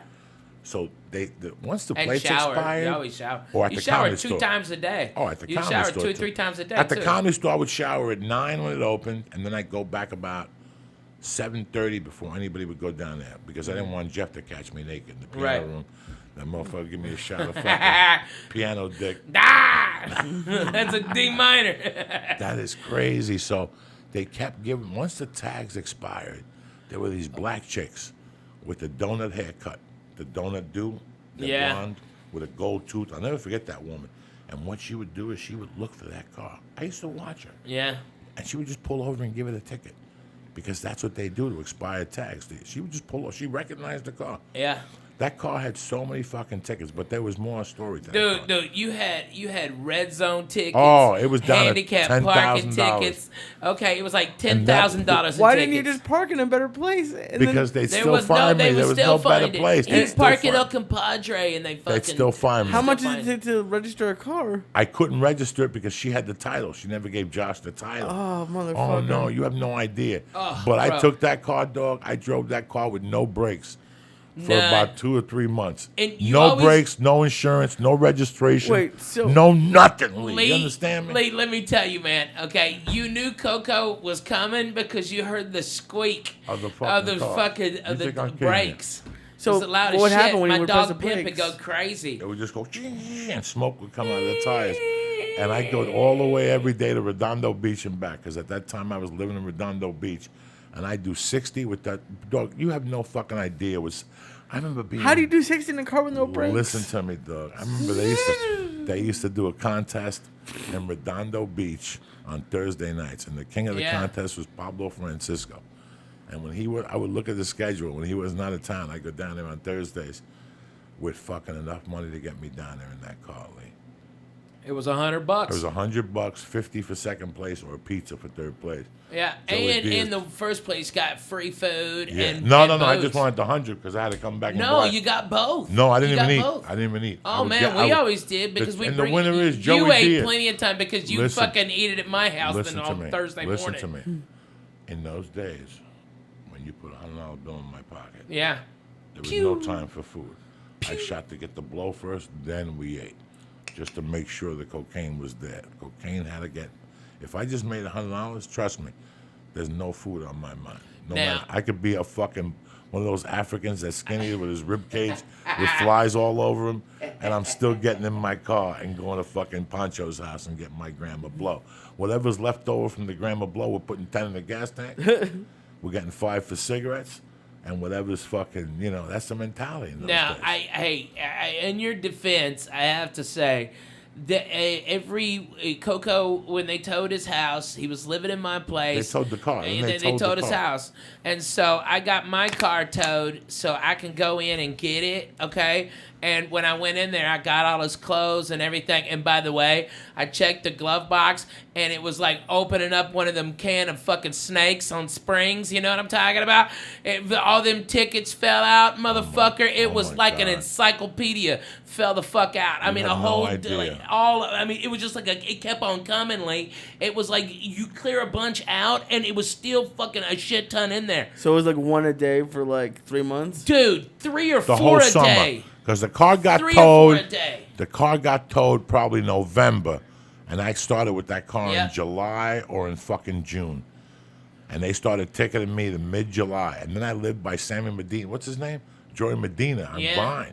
Yeah. Oh, bro, you have no fucking idea. I lived over there where Ralphie first lived. Yeah. Ralphie moved out, and then Joey needed a roommate, and I went over fucking there. You should have like bought a new license plate or Off something. Clinton. Dog, there was no money for life. Do you not listen? You're getting $15 a spot.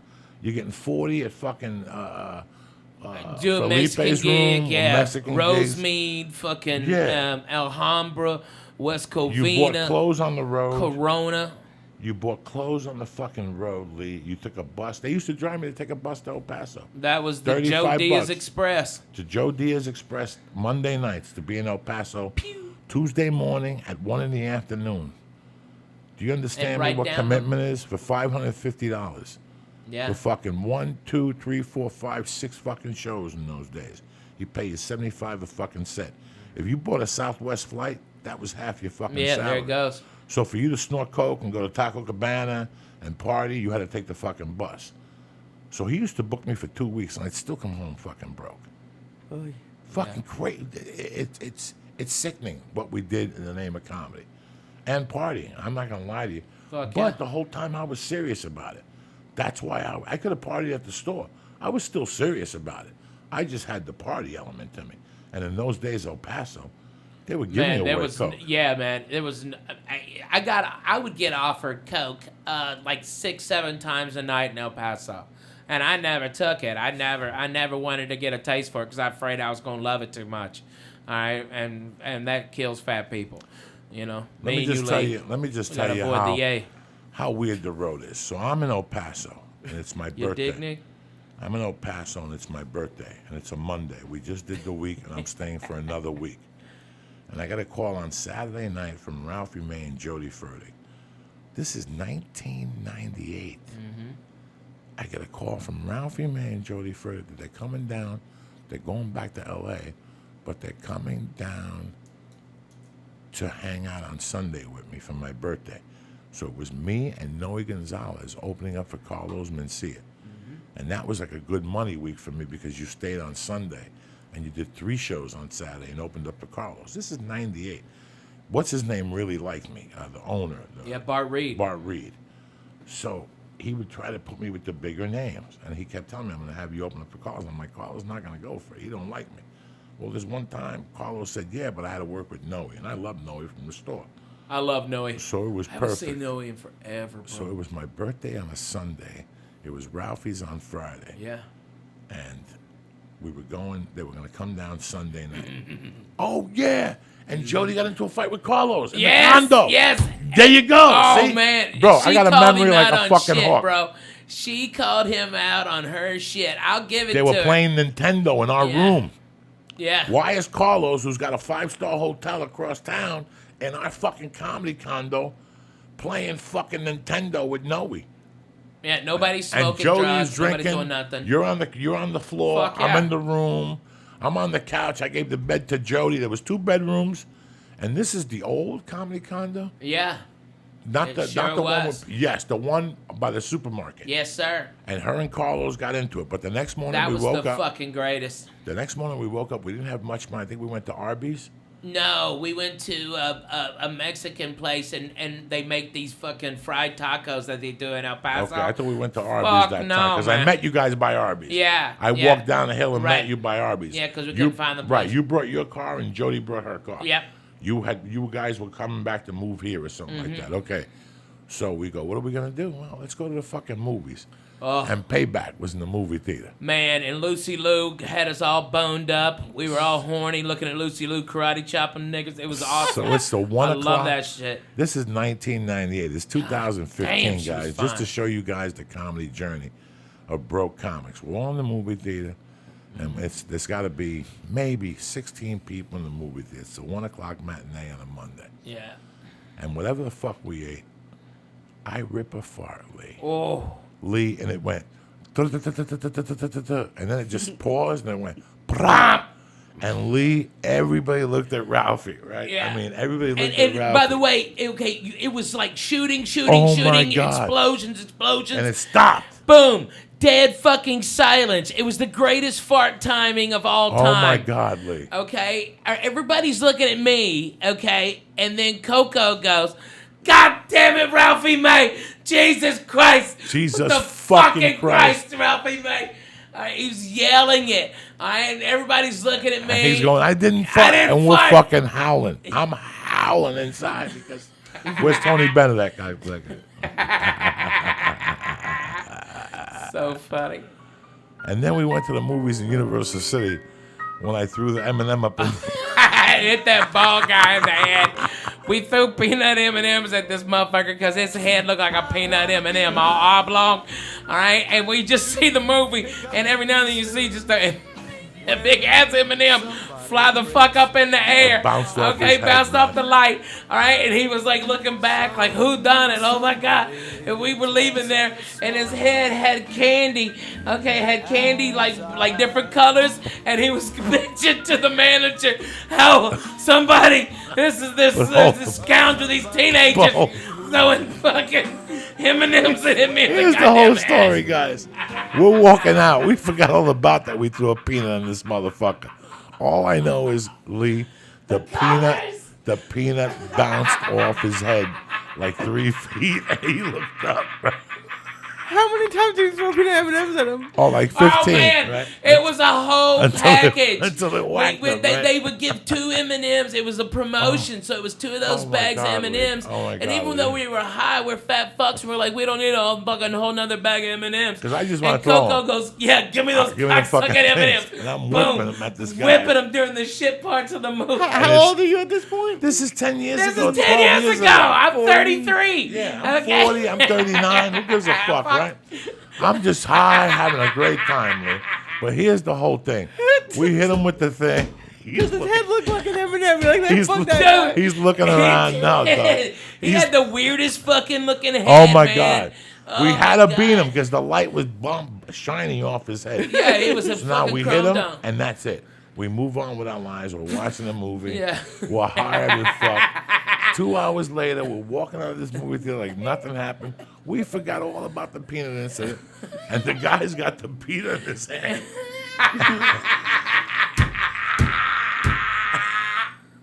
And he's giving the ear beat. The manager an ear beat. How these guys hit me with, and we're fucking howling. I'm howling. I'm fucking howling right there in the guy's face. He had to know it was us to hit him with the fucking peanut. Oh my God. Oh my God, we Up were at Universal fucking City.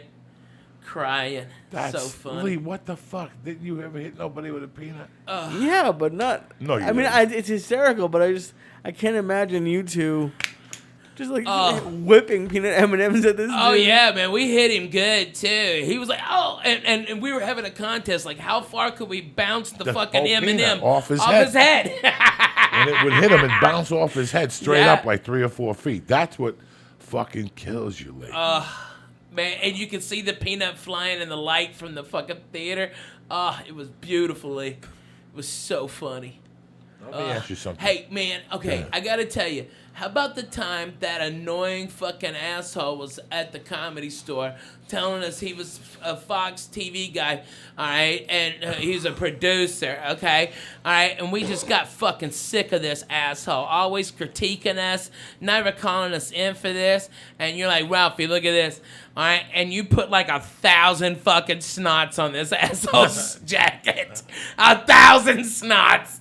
Okay, all right, and I'm laughing, going, I bet those snots are worth $85 if we grind them up.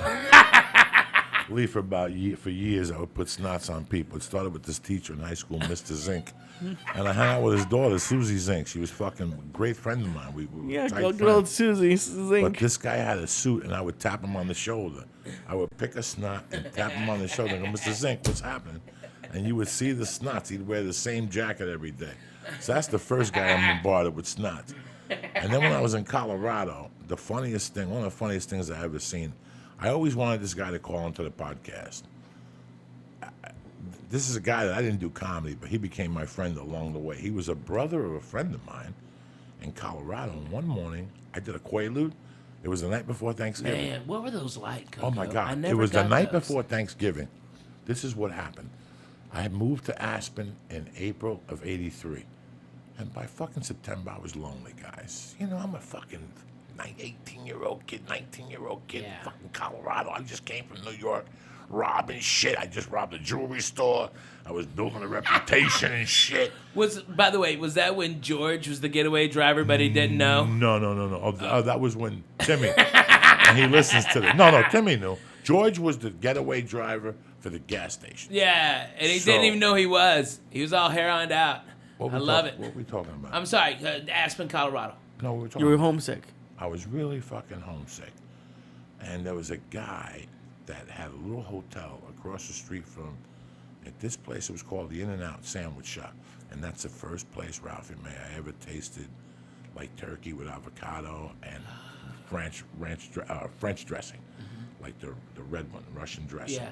Oh my God, all healthy. In fact, the guy comes to my shows in Buffalo. We reconnected in 1983, but across the street was a chateau, and in front of it was a hitching post that you could sit there in Aspen, Colorado, downtown, and people would pull over if you were going down valley.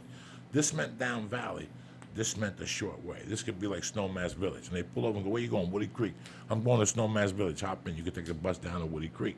That's 83. So I went up there and I became friends with the guy that owned the hotel. He was from Jersey, but he was friends at the time with a Philadelphia Eagle that lived next door to me. Like, what a small world. I moved from fucking Jersey to Basalt. And the guy next to me is like an Eagle from 68. Wow. And he was still big. He looked like Christopher. I don't remember what his fucking name was. And him and his wife were good friends with my buddies from Jersey, so I became friends with them. So all of a sudden, I'm in Aspen one day in front of the hitching post, and I become friends with the guy that owns the hotel. And one day, I'm in front of the hotel, and the fucking football player pulls up and gives me a ride, and we all start talking. He goes, you know Joey? Yeah, I know him. So next time I see this guy, he goes, come into my house. And we start talking. He goes, taste this blow. So he gives me some fucking blow, and now we become friends. Every time I go in there, I go in, get a package from him. Then one day he kept telling me, I got heroin. He had all those designer pills in the 80s. I mean, this guy was the guy. He had a hotel. And one night he goes, you know, I got Quaaludes. I was like, what do you want from him? At the time, I was paying 4. In Aspen, there were 10. And there were 6 for 50. So I said, give me fucking 6 of them. What a mistake that was. And I went to my own apartment. They were having a party where I lived. My roommate was having a party where I fucking lived. And I went over there. There was a keg. There was vodka. And I popped one of those Gorilla biscuits. And next thing you know, dog, I woke up the next morning and I kept hearing an accent. Uh-huh. A North Carolina accent. And some kid, man, I'm telling you, Ohio State ain't shit. The Tar Heels is the only way to go. You're all a bunch of motherfucking pussies. And I get up to see who's yelling in my living room. It's this kid from North Carolina.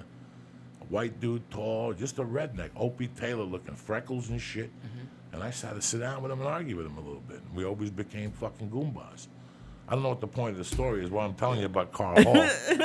I want to hear about to, Quaaludes, man. I wanted him to call in. Oh yeah, what happened with about 5, 6 Quaaludes? I ate one of those fucking Gorilla biscuits. I think Wait, did you wake up in like North Carolina? No, I woke up in Aspen. It's Snowmass Village in my living room. Oh, okay. Man, But I was it good? Was it a good ride, those things? He doesn't know. I mean, would No, you... fuck yeah, I know. Oh my God. Quaaludes were huge in the cocaine when cocaine merged with Studio 54. Right, It was the Quaalude, line and the lewd, right? It was the Quaalude, the Tumanol, and something else. There was something else in those days. But the Quaalude was the Aurora and the Lemon, but they were both 714s. I still remember a distinct memory of being on the corner of 43rd Street in front of my friend Didi Quintero's house, and this guy, Richie Scrivani, pulling up and looking at me and going, what are you doing? I'm like, nothing. I was 16. And he goes, you want to go lewd-eye? And that meant, do you want to do a lewd? And me and Didi got in the car with him, fucking ate a lewd. It was tremendous. In those days, you ate a lewd and drank one cocktail, and you got fucked up. Like, you didn't puke. you just lost your body, Gumby. You loved everybody. You loved everybody. You know what I'm saying? Everybody was your Goomba. They hugged you, drinks. You ever get Cosby? No. And then you took them with the blow. Oh, okay. To calm you down. The mindset was that they calm you down. But the more blow you did, the more those gorilla biscuits you ate. I told a joke on stage at the Comedy Store. It didn't work, but it really did happen to a friend of mine. He left the house with 100 Quaaludes and a bicycle. And he came back with a handlebar and stitches and not a dime. Because once you built a tolerance to him, it was a tolerance like anything else. Lee built a tolerance of THC. 200 milligrams isn't really killing him today. Right now, he's usually dead, but eventually you build a tolerance. Plus all the weed we smoked, but it's... You build a and tolerance. the hash, because it's Hash Monday. But it also you had two effects in those days, and this is the truth. I personally never knew anybody who dosed a chick like Cosby was doing. I could give you my That's word. crazy. But isn't it? I had a girlfriend that I'd take them with her. Yeah. I'd take half and we'd drink Harvey's Bristol Cream and do a couple lines, and the sex would be out of this world, I guess. I guess I've always been bad in bed, so who the fuck knows? But unless I heard the story, didn't the Cosby girl say like they passed out? So it doesn't sound like unless he gave him like a ton Listen, of if I Quaaludes. give a 140-pound girl a fucking Quaalude, the ones I was getting in those days. Yeah. Listen, I was getting Quaaludes on the street. But then when I became 18, I was getting some Quaaludes up on 68th Street from this chick. That was a punk rock chick. Everybody else had brown hair, and this bitch had purple hair, and she was chubby. And let me just break it down to you this way, guys. Her brother, you could look him up on Wikipedia. He's the real motherfucking deal. And he was older than I was, but he was a tremendous basketball player.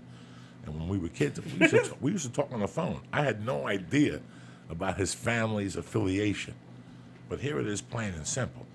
The Quaaludes I got from her were the best things I ever ate in my life.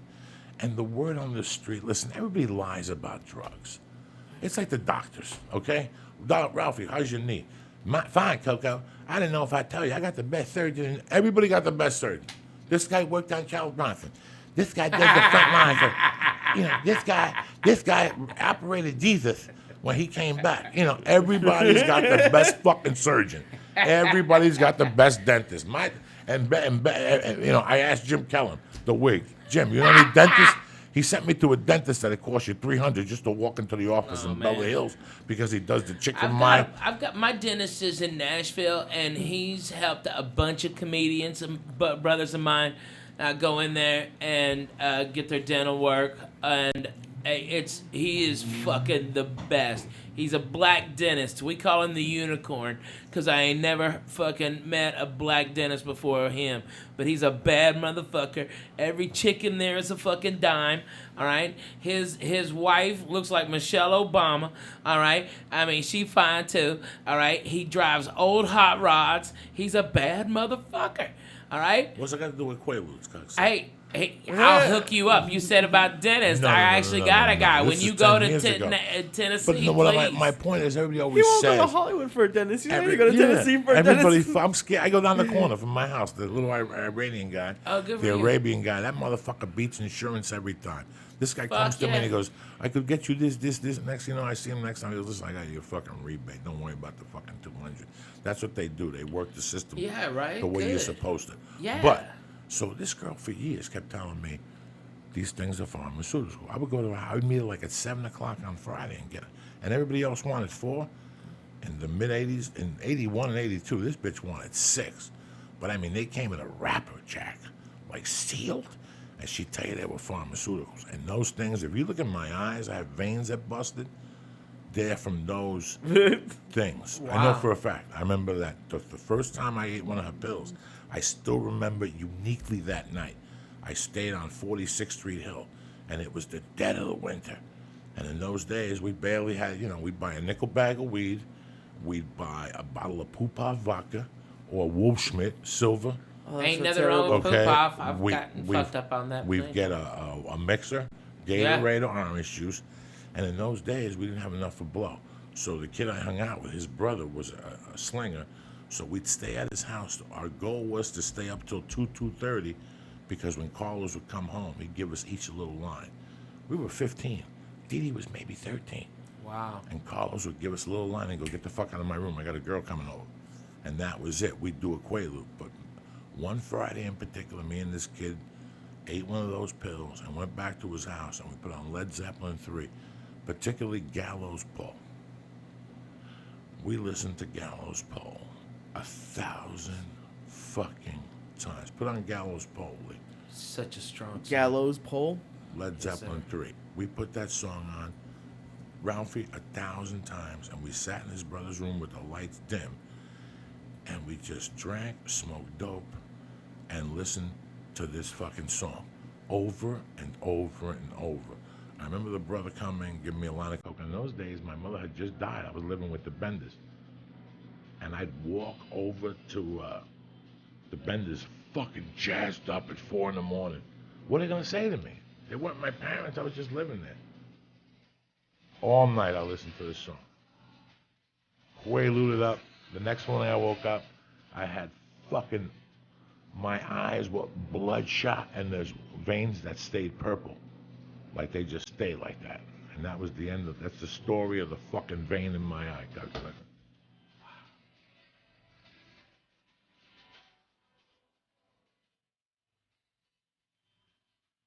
Shit. At this time tomorrow, in 12 hours, I'll be fainting. Oh, really? I got a physical and a finger up the ass tomorrow, the chest x-ray, Whoa. and everything. I got to clean my ears. What's gonna make you faint? The finger? The blood. Oh. But I'm charging the iPod right now. The last couple times, let me see.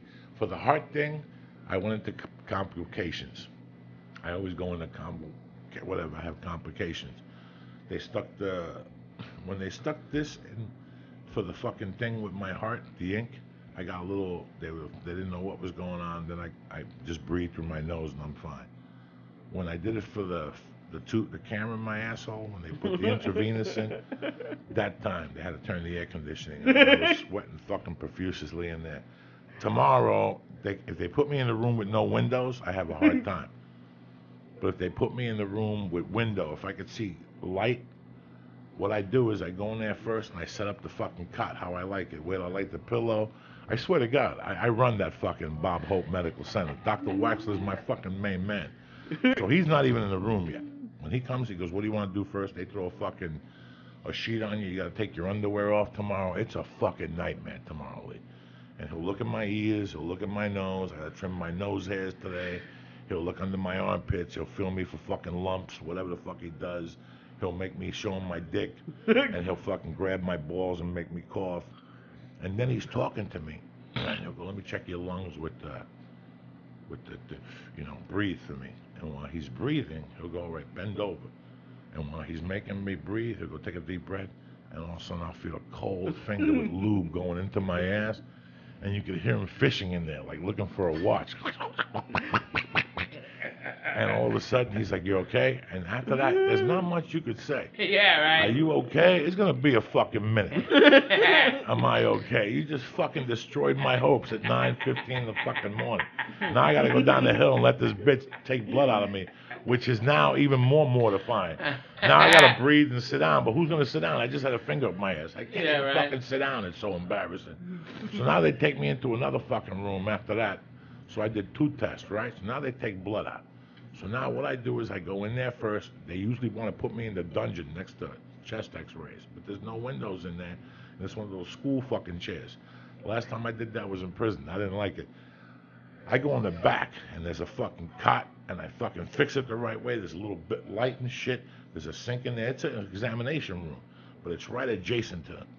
And I get on that motherfucker correctly, and I put my iPod on, dog, and I don't hear nothing. And I leave my arm out, and I just look the other way. And I just leave it there, and then she comes in, and I'll tell her, listen, use the kid needle on me and spray the liquid cocaine on my arm. And she'll say, no problem. And then she'll come over, and she'll go, you're going to be fine. And I'll just start breathing out of my nose, and I'll put Santana, Oye Como Va. And I just That's keep, a jam, man. that's it. And she'll lift up my arm, and dog, if she does the tape, and I'm okay. I got to get up slow. I'll stop and get a can of Diet Coke. They'll give me a little pep to my step after that, because the Coke is too sweet. That'll fucking give me diabetes right off the chart. And then I walk down the hall and they do a chest X-ray. And once I'm done, I put my clothes on. I get the fuck out of there. And then I go around the corner to Mimi's and I get 2 eggs. And I get some toast because I deserve that nourishment. I haven't eaten. I can't eat after midnight tonight. So what are you gonna have when you get home? A protein shake with no sugar in it because I don't want to raise my sugar levels. Wait. I can't even put a fucking banana in there or fruit. But why don't you'll be home before midnight? Yeah, it doesn't matter. I could eat before midnight, but I don't want to put like anything in my, like if I eat a milkshake tonight, my sugar level's going to be high. Then he's going to make me come in there in 2 weeks because he thinks I got fucking diabetes. And I got to go in there and do the whole fucking test over because I want to go hang out with you at North Hollywood Dine and have a vanilla milkshake concept, which I would kill for right now. But my point is, I just don't want to do. One time, dog. That sounds strong. I didn't fucking I haven't think had a about fucking it. milkshake. I'm a bad fat guy. I went in That my sounds trunk to nice. get something. Right before I went to the doctor, I go, hold on 1 second. I went in my trunk. This is about a year ago. You know how much I hate needles. Oh, I went in my fucking trunk. My wife comes down there with me. I get out of Bob Hope, and she goes, did you find that thing? I go, hold on, I left it in the trunk. And I open the trunk, and I go, oh my God, that pot cookie's in here. And you know me. No, please don't. Lee, you know how much of a fucking momo I am. Without even I can't thinking. have a milkshake, but Listen to me, Lee. This is at 8 in the fucking morning. blood would Without boil. realizing it, I take the cookie, open it up, and take a bite out of the fucking pot cookie. And I go inside and I sit down and I go, that fucking cookie is going to raise my blood, my sugar level in my blood. And sure enough, Joey Diaz, Jose, I go to the fucking thing, they take my blood. 2 days later, who's on the fucking phone? Dr. Waxler. Listen, you got diabetes. No, I don't. I ate a fucking pot cookie before I went in and raised my fucking sugar level. He goes, well, you got to better come down here and prove it to me. I had to go back down there again, give him blood again, and then he was like, you're right. Don't eat a fucking cookie before you come see me. I'm Yeah, like, man. So that's why I'm just going to have a milkshake. They got no sugar in this protein shake. Yeah. I got no carbs. I won't put fruit in it. And I'll just go to bed. My hope is that I sleep till 6 or 7. That's my big fucking dilemma here tonight. I got to sleep till 7 so I don't think about it. If I get up at 5, I'm fucked because I got to eat. What's Or I gotta going get- through your head, like when like the taking blood and you pass out? Like what's going? Like what do you get? What part of you Man. makes you nervous? Lee, can I just kind of answer that because Oh, I hate needles too, but- I don't know what's going through his head, but when we were at UFC and I had to hold him the fuck up, okay, I know what the fuck was going through my head. Coco, come back, all right, and then he was all right, but he got lightheaded. Oh my God. They wiped the kid's face. Oh, And the towel. I looked at the towel. Yeah. oh my God. And I focused on the towel and it had blood on it. Like maybe 2 months, maybe 4 months before that, I was at home watching the UFC and BJ Penn fought Joe whatever and they were fighting. He busted his head. And that's the most blood I ever saw in my life. And I passed out on my couch. And then I go to a UFC and I focus on the towel and I fucking lost it, Lee. Thank God Ralphie was there and there was a chick next to me with huge fake tits. She was a doctor. Oh my gosh, she was amazing. And that's what fucking happened, brother. So no, but like you said, if you wake up early tomorrow, you're gonna it's gonna worry you. Like what freaks you out? Just, first off, when I don't eat after an hour in the morning, I might go somewhere else. I need something. A bowl of fucking cereal. You know, I'm not going to eat something shitty, but I'll eat like an apple, something, some water and an apple, just to wake up and not be able to eat for 2 hours, then go down there and do what I hate the most, give blood and the finger up the ass, a double dilemma. And once they put the finger up your ass, it just jams up your electrodes. Trust me. Wait till you turn 50. You're going to think about what I told you. For people at home, they don't know what I'm saying. They're like, Joey, what are you talking about? It like jams you up for a minute, especially if that's not your world. If that's not your world, the first time that I remember I was going to a testosterone doctor, and he goes, listen, I got bad news. My partner wants to see you. I go, all right. I didn't even fucking, I take a shit that morning. I wipe my ass. But, you know, sometimes you take a shit and leave some in your little muffler.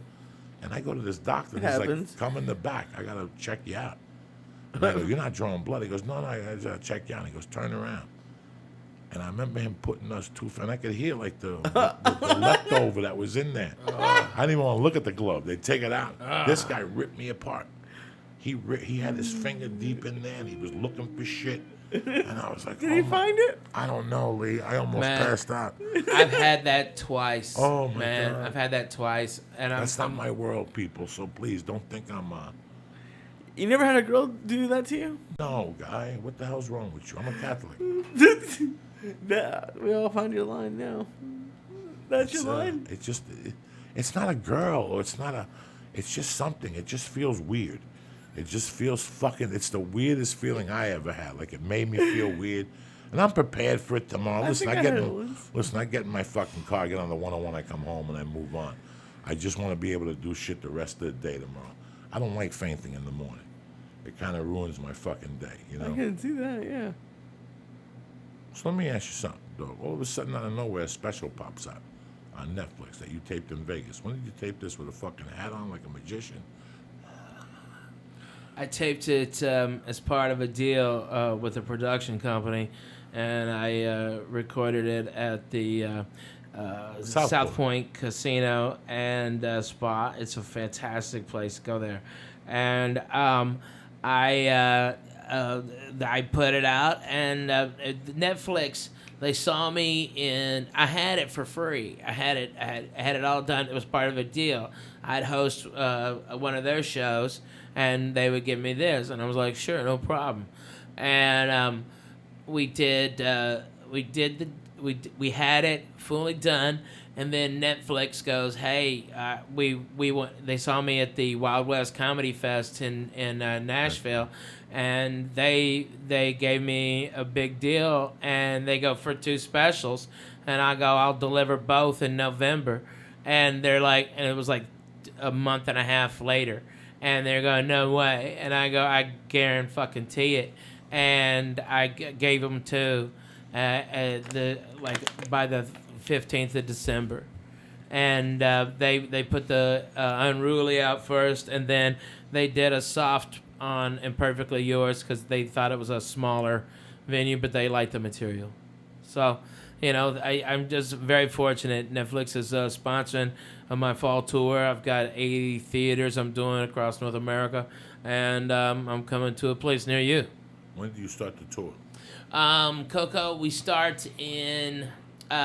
it's warming up now with a couple of club dates. Like, I'm getting the new show down, okay, is what I'm working on right now, in San Jose this week. It's kind of a mini theater, and so it'll start giving me the feel. Like, and then Utah, I'm there, I'm warming up because I want a tough audience, and there's a lot of Mormons, and Jack Mormons come out, and I'm controversial, and they don't like that shit. All right, and then I want to work on my Mexican stuff in Phoenix, and then they all start all over the country. I think I've got Mondays off, and then there's like a week in October I'll be back. And you'll be back here. Yeah, man. Look at you. Yeah. Tip-top fucking Magoo out there letting these motherfuckers know. Yeah, man. I got to finance my fucking car. I'm buying I bought the car, but I'm redoing a 67 GTO convertible, all right, and it's gonna be a rocket ship, Coco, but that costs a lot of fucking money, you know what I mean? So it's like, I gotta get my ass out there and tell some goddamn jokes. I gotta do something, man. You're still out there, Ralphie. It's hard to believe we were those same kids at that movie theater farting and So funny. giggling. It really is, Lee. It's a fucking weird thing. Well, It's we a always weird had heart. fucking thing, man. I mean, how, like, we said it 1,000 times before, but it must be crazy, like, when you have friends like you and Maz and all you guys, and you're maybe 1 out of 20, I guess, all of you. I mean, how could you not have fond memories? Mike Faberman called me today. How long have I known? You know how many fucking laughs we had in his backyard? Oh my god. Oh my God, how many fucking, That magic shoebox. And these comics are still here. Yeah. And some of them have disappeared, and you go on Facebook and Right. you find them, or they pop up on somebody's page, and you go, there you are. Yeah. And they're back in Toledo, wherever the fuck they are. But Right. this is a weird fucking journey, man. It really, who the fuck knows? You just get into something, and it takes you to a different place. Who would have fucking known? I know, man. If I hadn't had Lana, I wouldn't have got Last Comic. And then I'd be like everybody else, barely getting by. That's all the difference is. That's the truth. I mean, it's that's why there's no prenup with me and the Jew. Okay, there's nothing. Okay, it's 50-50 all the way. You know, there's no getting out of it. There's no getting around it. You know, she fucking earned it. Actually, she probably gets 60-40 to me. Okay? Without her, I would never have been able to do it. At least you know that going in. That's true. That's true. But when you're that honest with things and you give an honest appraisal to where your career is, it just baffles you that she's not further along. She's great. You know more than anybody, I'm here because of my wife. Yeah, right? We were talking about it the other day, giggling. I'm here because of my wife. The one I won't throw away that TV. The first TV I bought with it, a $200 TV up in after one of those gigs for $500 up at Oxnard or some shit. We stopped at a Walmart. The TV didn't even fit in the fucking back seat, the neon. It's crazy. I won't get rid of it. I refuse to get rid of it. She's like, you gotta get rid. I ain't getting rid of that thing. That thing still fucking plays. That thing was the backbone of the organization. You know how many episodes of Law and Order that thing played for us? While we're eating a fucking turkey sandwich with American cheese or something. Do you have any fucking idea? You just can't give something up like that. That's symbolism to me. I remembered all those things, man. I never forgot them. I don't know why. And I bet I did forget a lot of those road memories. But, man, did I luck out on the fucking road just putting pieces together as a feature act, going up to Boston and working for fucking all those clubs, $50, Nick's, and the Grill 57. I was taking buses everywhere. I would go online and catch Kowloons. Kowloons. Fuck yeah, man. Oh, my God. I was going up to Rhode Island, Toronto in those days, all on a bus, Lee. All the way down to fucking D.C. Joe Diaz Express. I'd go to Tyson's Corner, Bethesda. Then I'd shoot down to Myrtle Beach. And then I'd know Atlanta in those days. The Punchline hated me. So I'd shoot down to fucking, the other club hated me in Jacksonville. The Hilton, whatever, with the all-you-can-eat seafood. No, the Ramada Inn, dude. It's the Ramada Inn. What is it? And it's the Comedy Zone. And it's run by Mr. Fred. All right? And every time I go in there, they have a great fucking buffet on Friday. On Fridays. It's Friday nights, It's fucking tremendous. Clams, oysters, all right? everything. And I remember he came in, all right, and said that we had to pay for that. And it's like, and I've had fucking 8 sold-out shows in 2 days, okay? And I'm like, hey, go fuck yourself. We're going to murder this goddamn place. And when they brought me the tab, I just said, give this to Fred. That was it. And I cracked him right there on the spot. Fred still has it? Still has it. Still rocking. I think it's one of the nicest fucking hotels in Ramada's chain. They're fucking great. It's the Mandarin. Yeah, the Mandarin Inn. The Mandarin Inn, yes. Yeah, and it is fucking tremendous. And they had a place around the corner. After you did the Mandarin Inn, there was a bar where you went and did karaoke. Yeah. And got blow and got fucked up. Stanhope was the king of that fucking bar. Oh, king of that bar, man. King of that fucking bar. They still have his picture up with the long hair when he was a fucking baby, when he had hope for life, all right? when he had a lust for life and wanted to do something, aspired to greater things. And then I would do 1 or 2 coconuts to keep me alive, to give me change, to get me all the way to Miami. I did those Davy. Coconuts were garbage. Oh my God, I did Davy one time. Wavy and Davy was the name of the club. No. It was fucking Wavy and Davy. I did it 3 times. No. And Davy was the club your boy owned. Dorfman. And he had the fat chick booking it. And I co-headlined. He had 2 of them. He had West Palm. Yeah. And he had that one. And I the Comedy it. Corner. In 1998, I co-headlined it with Jim Florentine out of Weehawken, New Jersey. Yeah. And the Comedy Condo didn't have a fucking bathroom a door on the bathroom. It was the worst Comedy Condo. And I had to stay with like cousins. And they were living like animals, like 22 to a bedroom, snorting blow. It was tremendous. And then I finally got into the Miami Improv. Yeah. And then that was Joe Chadwick.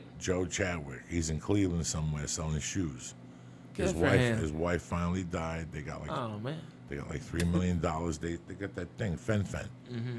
They sued Fen and got like $3 million and went through it in 2 weeks. And then she died, and it's weird. This comedy stuff is weird when you get into like the people that are still around and who's moved on. Right. Like whatever happened to Mark Babbitt? He's hoteling it. He's hoteling. Let me her? give some shout outs and we'll do the sponsors. All right, man. Loving you. All right, my main man, Major Slander, Sean Taff, Danielle Gant, Omar Haboubi. I'm not going to get to the book yet. Don Wrangler, Joey V. DeStefano, Mark Cicero, Callie George, Sarcastic Bess, and Moonspore 85. I love you, cocksuckers, all right? What's up with you, dog? What are you sitting there all hypnotized for like Biggie? 95 with your Did you know he shot some dude with AIDS blood? Who? What? Fucking not Biggie. Fucking what's his name? Who's the guy that got run over? My whatever shirt. What the movie? Who just Cat Williams' manager? What's his name? Suge Knight. Suge Knight. That he shot some dude with a AIDS blood. Where'd you hear this? The Paul was talking about the movie. It's like that rapper or something. I'll look it up. Eazy-E? Yeah, like one of the conspiracy theories is that Suge Knight did it. I don't know. You no one ever heard about it? I just heard that for the first time. Yeah, you're blowing my mind. You didn't go see Straight Outta Compton? Not It's yet. getting good reviews. I think we're gonna go 50 tomorrow. What time you going? I have no idea. You taking Paula? Yeah. Tomorrow night? Yeah, probably after kettlebells. Look at you. You're a fucking I love it. Latin lover and shit. Yeah. What have you heard so far? It's good. People say it's good. Did she see it, Paula? No, not yet. But I'll see it. I saw Dope. That was good. Have you seen that yet? No. What's That was dope? really good. What is it about? It was about this nerdy black kid in Inglewood, and I'm really high, so I don't remember the rest of it. But it was good. It was kind of around the same, like he was like nerdy. I don't know what he was doing. Oh yeah, he got a bag from a drug dealer, and they wanted to get him. That's a great story. Yeah. That's really. This is what happens. Why you gotta bother me with this shit for? Why do you gotta ask me questions? I You're don't having know, a good 'cause I can't conversation. give me a good You fucking give me all movie. this fucking. I asked you about give me Straight- all this fucking. I asked you about Straight Outta Compton, not fucking I haven't seen Dope. it. You know I haven't. All you gotta say is I haven't seen it. But then you're like, I don't know about Straight Outta Compton, but I know about the movie Dope. I saw that. It's about a kid who bought a bag of dope I and remember moved it was on. good. Where the fuck? Everybody buys a bag of dope, Lee. That's all you got from me. You watched the whole fucking movie I'm to tell high me as that's all fuck you're right high now. as fuck. You're so fucking crazy. I'm crazy. All I asked you see Straight Outta Compton. Did your wife see it? No, not yet. So how does she know about the blood scene? Oh no. She was just reading stuff about that. It's not in the movie. So what is she fucking reading for? I don't know. People like to read stories. So she read before she went to the movies. Yeah, sure. Oh my God. Yeah, you gotta talk to her. You gotta sit her down. It's not about the movie. It is about them. Who gives a fuck? You go to. She's doing research on the fucking thing. She's an attorney. She hasn't read enough. You haven't read enough. You're gonna read for fucking the next 20 years. You want to read what some fucking movie's about. They made the movie. You want to read the book because you want to go to Starbucks and tell your friends. Who gives a fuck? Go see the movie and take a shortcut, like the rest of America. Want to smoke some more hash? Sure, why not? This fucking hash is I'm gonna tremendous die tonight, anyways. ladies and gentlemen. Look at that. Where shit. did you get that from, Coco? That shit is The fucking. one-eyed Jew, dog. We're gonna put it on a. I'm telling you, we need a glass. We got that cup. It's dirty as fuck. They drink wine in it. Oh Ugh. Jesus Christ! We need a fucking cup or a glass. I forgot to bring one. I was gonna put it on this needle, and we'll hit that motherfucker, and then push the glass and take the smoke I pure. wish we had some reefer. We'd put it on top of some reefer, make a Cuban sandwich. Nah, you want me to tell you something? I was doing that for a couple of weeks. This hash is too good. You could smoke this hash on a little pipe and get fucked up. Take Yeah. a couple hits, it expands in your lungs nice. Like Lee likes. Lee likes when it expands in his fucking lungs. I had Dabs explain to me, and apparently the butane isn't bad. Like he was saying, it gets cooked off, so there's nothing in it. Yeah, it burns so high. So, but yeah, I actually liked them in Toronto. It was pretty cool. You gonna I get a just blow think dry? that shit's No, dangerous. yeah, I can't have it. I would burn my house down. Dude, that's what I'm afraid of. People are gonna burn their fucking houses down doing that shit, man. Well, no, but the guy who was there had one that was battery operated that was apparently even stronger. So there's ways to do it, but that's just too much work for me. yeah, man. I mean, you gotta have a torch. I mean, fuck it. If I pass out on a hit, the lighter goes out. You know what I mean? It's like, what the fuck? I gotta clean up bong water. That's it. You know, that's the only problem. And it's like, this shit's dangerous. You got a fucking torch. It's just so crazy how history repeats itself. In 1982, I just graduated and some kid picked me up, Steve Valalanis. And he's like, I hear you selling coke. I got this pimp who wants to buy coke. He buys coke all day this is a true story. He buys coke all day for his hookers. Okay, pick us up, Steve Valalanis. He picks us up, me, Roger, and we drive down there. And that's the guy who kept saying every time we made a turn, he'd go, that was tremendous. That was tremendous. That right turn was tremendous. This cocaine was tremendous. The view is tremendous. This pimp is tremendous. Everything was He was a fucking pretty tremendous. nice pimp. Everything was grand fucking scheme of tremendous. He was a goofy Was that his fucker. bottom bitch? So- Tremendous Jackson. We get to the fucking hotel room. He's staying off of Tunley Avenue off the 19 there. I'm 18. We go into this guy's the pimp, and he's got these hookers. And he's like, listen, I want the best coke available because I cook it up. So I go taste this. He tests it. He goes, oh, that shit's like 80%, whatever. I'll buy what you got. He bought. He goes, you want to take a hit of this shit? I took a hit of it. Was I impressed, guys? It took me 8 months to get high on coke. That's how much of a fiend I was. For 8 months, I thought people were lying to me. I thought people were putting me on. I would do coke and nothing would happen to me. And everybody else would be fucking, this is great. And I'd be sitting there going, oh, Jesus. These fucking saps are paying $50 just to tell people they're getting high. But then I did something. I had a drink one night. And once I had the alcohol in my system, the coke hit me. And I was like, oh, I get it now. I got to drink a little vodka to get this fucking cocaine flowing. I don't remember where that story started. Me neither. Who gives a fuck? That's I the love best, it. That's the best thing about it. So I don't even know what we're talking about. Why you gotta laugh like that for? It sounds like, look at the shape of this poor bastard. What's your wife making, a turkey sandwich? I Call don't her know. up. Tell her there's no fucking turkey allowed. Oh my god. If I want a turkey sandwich, I'll marry a chick named Mary. I'll marry the chick. I don't keep carne asada at my house. Well, tell her to fucking walk over to Rouse and get you a nice little fucking pig leg and cook that motherfucker up with some garlic so when the master gets home. Are you not the master or what? What the fuck? You don't put a cape on and tell her you're the master disaster? Walk around with your dick out and tell her, I don't give a fuck if you're the attorney, I'm the law. You know what I'm saying? You really, I don't. You got to represent yourself out of sucking this mule. I married a Jew bride. I don't say that shit. Oh, I no, like you all can't my say stuff, player. I can't say that shit either. that. You always get me in trouble. Lee, you're so fun to hang out with, Lee. I Listen like to me, hanging man. out I'm with proud you. of Lee for going to Toronto and taking a chance. Good for you. You know, man, you and I have discussed heart for years, and it bothers you more than it bothers me. Yeah. People that complain, but at the Bitch. end, take me on the road. How many times you go out for spots this week? Right. But they just went specifically to the comedy club that night to talk to you. Right. Tell you how bad their life was for you to take them on the fucking Yeah. road with them. But in the meantime, they don't want to do nothing. They don't want to fucking tape a 5 minutes out of the pizza place. Mm-hmm. They don't want to do a podcast. They don't want to do this room because the owner's an asshole and they don't want to do it for $50. Fuck You're you. fucking dying on a vine. When you're dying on a vine, you do whatever they put in front of you because talent is the only one that's going to gain. Yeah. When I lived in Seattle, that one woman, Laura Crocker, God fucking bless her soul in hell, fucking didn't like me. But she had 30 rooms. She was Josh Wolf's manager. Yeah. She had 30 fucking rooms, guys, and good rooms. So I would just call her up and go, do you mind if I do a guest set in your room? What's she going to say? She'd go, yeah. And I go down there, do a guest set, blow up the room, and the owner would go, why don't you work this room? I tell him, Laura don't like me. And for months I did this, and people go, why are you such an asshole? You're doing this for free. You should at least be getting $50. And I go, you don't understand. This is what I do. I'm going to get into an argument with her over $50. I'll go to another spot after this, and now I got 2 spots for the night, which is the goal of this. That's the goal when you're first starting out, to get 2 or 3 spots a night. Then you can really judge your fucking material and see what the fuck's going on. You learn that much quicker, you know? That's what you have to do. That's what you have to fucking do. So There's no getting around it. There's no fucking shortcut to the fucking top of the mountain. You can put out as many goddamn vines as you want.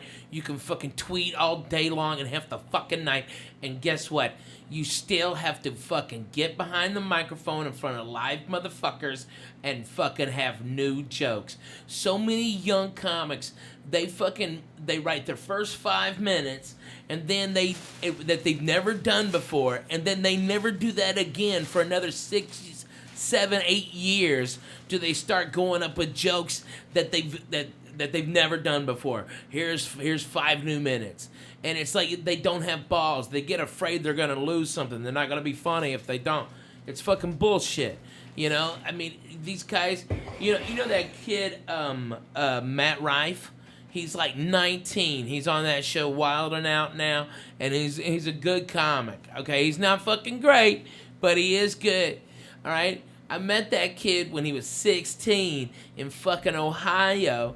He was hitting me up 6, 7 times a day on Twitter, Facebook, everything, asking for a fucking guest spot on my fucking theater show. And I'm like, oh, I don't know about this. And then the motherfucker showed up at my bus at fucking 8 in the morning with breakfast. His mom brought fucking lemonade. I'm like, fuck yeah. Kid, you're going up. This is fucking hard. This is some kid that wants to perform. I put him up and he rocked the motherfucker. Blew it up. And now he's doing TV. But it's that heart, that initial fucking nothing can stop me from making my goals happen. Okay? That is something that all these fucking these bullshit young comics, they're just waiting for stuff to come to them. It's not even young without comics. A heart. I saw a lot of old comics. Oh my God, a lot comics of them. my age that have popped back up, and they're like, listen, can you do this? And you sit there and go, where have you been for 8 years? Right. You just stopped. You gave up. You didn't keep going up 3 times a week. I understand you had to get a day job. Yeah. But you didn't maintain this art. This is what you did for 8 years. You had a big investment in this. Think about if you would have put another 8 years into it, where you would have been right now. Where you would have fucking been right now. Why do you think I bug you about the jiu-jitsu, Lee? You think I'm bugging you because I like bugging you? Because John Budd said you're great. You move great. He goes, all he needs to lose is 40 pounds. He goes, if Lee keeps coming once a week, he's going to lose that 40 pounds. And I know that in a year, you're going to look at me and go, you know what? I'm happy. I got friends now over there. They call me up. They invite me to fucking parties. I'm not the fucking odd man out because people gain respect for you in a way. You know, you keep fucking going over there. Doesn't matter. The same thing applies to comedy or editing or any of those fucking things. That if you wouldn't have stopped doing it at this time, you would have been in 5 more years. Right. So at this point, you would have been doing comedy 10 years. But you came out here, went to Montreal, got a deal. The deal didn't work out, and you caved. A lot of people did that. A lot of people fucking did that. That's 50% of the game. Once they tell them all you need is 3 minutes, 5 minutes, go to Montreal. When I first got here with Ralphie May, guys, they were giving out major fucking league deals, Jack. You know what it is to sit with somebody, Lee, that you and him were broke, and now the word on the street was he had $250,000 for a network deal, and yeah, they give you particles, but they still give you $75 fucking up front, and you're still fucking eating fucking cheese grills, whatever. Yeah. Grilled cheese. I'm sorry, cheese grill. I got dyslexia tonight. You know, it's just that you feel bad. How about the story of fucking chicken? All right, this kid goes up in Montreal, blows the fucking place apart. He gets $750K. Okay, all right, and his management, 3 Arts, say he had a bunch of more shows, and they're like, fucking get out of here. All right, and they flew him back on a private jet to L.A. and said, you can't do any spots. Because they wanted the deal fucking made official. Because they were afraid the motherfucker was a hologram, which he was. It was it was crazy. Google it, all right? Fucking show up chicken, all right? And then the guy, like 3 or 4 years later, commits suicide. You know? It's but he had no reason. That guy was hiring him to do movies. I know. So what? The stand-up got him to where he wanted. Exactly. But he stopped. You know. That was the last big deal I think Montreal gave out. But now, he did Black Hawk Down. Yeah. He was great. He did a couple fucking movies with that director. He got plenty of stage time in Black Hawk Down. I don't know what he was yeah, man. depressed about. I don't know what he was depressed about. What was he depressed? Now, he wasn't the only one. There was a bunch of comics, not that they killed themselves, but that They kinda they did. left. I still remember a kid that looked just like Christopher fucking Reed. That came from fucking Somewhereville, good looking as fuck, 6'1". I mean, leading man material, buff, not real buff, but that model body. Guy was getting laughs at the Improv. The Laugh Factory was getting laughs, and then they set up a showcase for him one night in the main room of the Comedy Store, and Dice decided to bump the guy in front of him. So Dice went up and ripped that room apart. And this poor kid went up there and died the death of many deaths. And I still remember his management walking out first. And that kid was in a Tonight Show and shit like that. I never saw him again. Wow. Never saw him again. There was a kid when I got here that was hotter than death. He had done the Tonight Show and Leno like 2 weeks apart. Something fucking crazy. I remember going into the Improv. He had 5 people around him. He was eating them. They were toasting him. I remember spotting him going, oh my God, that's the guy. I was like in awe of him. Well, guess what? I saw that bitch maybe 5 years ago at the YMCA with a fucking kid. And I went over and I'm like, hey man, I remember you. What are you doing tonight? He goes, I write on a show. I haven't done stand-up in years. There are a bunch of fucking thieves out there, you know. Just a typical guy that gave up in his mind. That if he would have stuck with it today, he would have done something. At least you fucking did something with it. You're already in 8, 9 years in. What the fuck are you gonna do now? Yeah, I mean, you've already gotten TV. You've already beaten 99% of the people. comics. You can't quit now. You know how many fucking goals I gave myself when I got here? I know, man. I used to give myself goals. I'm gonna go back to Colorado and try to be a dad. Bro, how about this one? I'm gonna do a movie with Robert De Niro. I'm gonna do a movie with Al Pacino. I'm gonna do a movie Who's with that? Adam Sandler. Who's that? That's you. You wrote it in my apartment. You wrote your goals down. I remember it. You called it in fucking, what was it, 2000? In 2000 you called it, and it took you for what, Adam Sandler? What year was that? 2004. 2004. 4 years for Adam Sandler. Okay, and then the other movie you did with De Niro and fucking Pacino. What was that one? The Rink, where the old guys Grudge are. match. Grudge match. All right, and you got all those fucking goals down. I've never fucking seen anybody do that.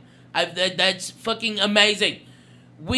Coco did not have a fucking house. He was sleeping on my fucking floor, or when fucking Johnny West was being a fucking shithead, okay, Coco would lay on the goddamn floor, and if Johnny West was out banging chicks or fucking doing gigs, Coco had the futon, all right? He'd blow up my toilet, fucking take When 3 John showers a went day. to El Paso, I had the futon. That's Yeah. right. We'd send John to El Paso. And it was hot, and we couldn't sleep, so we turned on Joey Medina's fucking his CD, and fucking we were out before the, 3 joke line. We're like, oh, we were both out. It was the cure for insomnia. God I bless him. still remember being in Colorado in '94 and going home at night. And there was a comedy newspaper then, run by the people in San Francisco, John Fox. And I'm in the back. They had all the comedy club listed in states. And there was 5 pages then of comedy clubs. Yeah, man. And I would sit there at night. It was a sad. magazine called Just for Laughs, right? Just for laughs. And I would yellow, when you highlight. Yeah. Lee, wake up, cocksucker. I'm up. I would highlight all the clubs I wanted to work at, and I would cry and go, I'm never gonna make it. This is like a fucking Igby's. I remember Igby's? circling Yeah, Igby's. man. I remember And the punchlines the were laugh all stop, over. the punchlines, The laugh and then stops. my buddy Todd Jordan took me to Walnut Creek to do Ooh. 10 minutes in front of him, and I ate that 2 shows. Oh, I'll never forget. I had doubts. That fucking plane ride home, that was not for me, boy. I remember that turn of event, but we stuck it out. So you're in San Jose this weekend. Yes, sir. So starting Thursday, Yes, sir. 2 Friday, 2 Saturday, 1 Sunday. No Sunday. Just Thursday, Friday, Saturday, and then where you go next week? I'm gonna be back here Sunday morning. I'd love to have you guys come and barbecue. We'll go swim at the pool. Let me The know. pool is tremendous. Let me know, All right, brother. and it'd be so much fun. Let Or me we can know. go have brunch over there, and then I'll have barbecue ready for us at the Whatever house. you want to do, my brother. It'll be a I'll good see you time. this weekend. I want to get that baby in the pool with us, so she'll have a blast. But that's what I want to do on Sunday. It's the Lord's Day. Let's relax.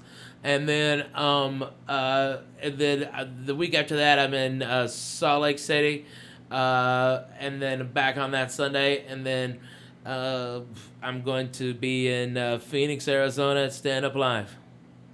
So that's the warm up for the tour. Talking of which.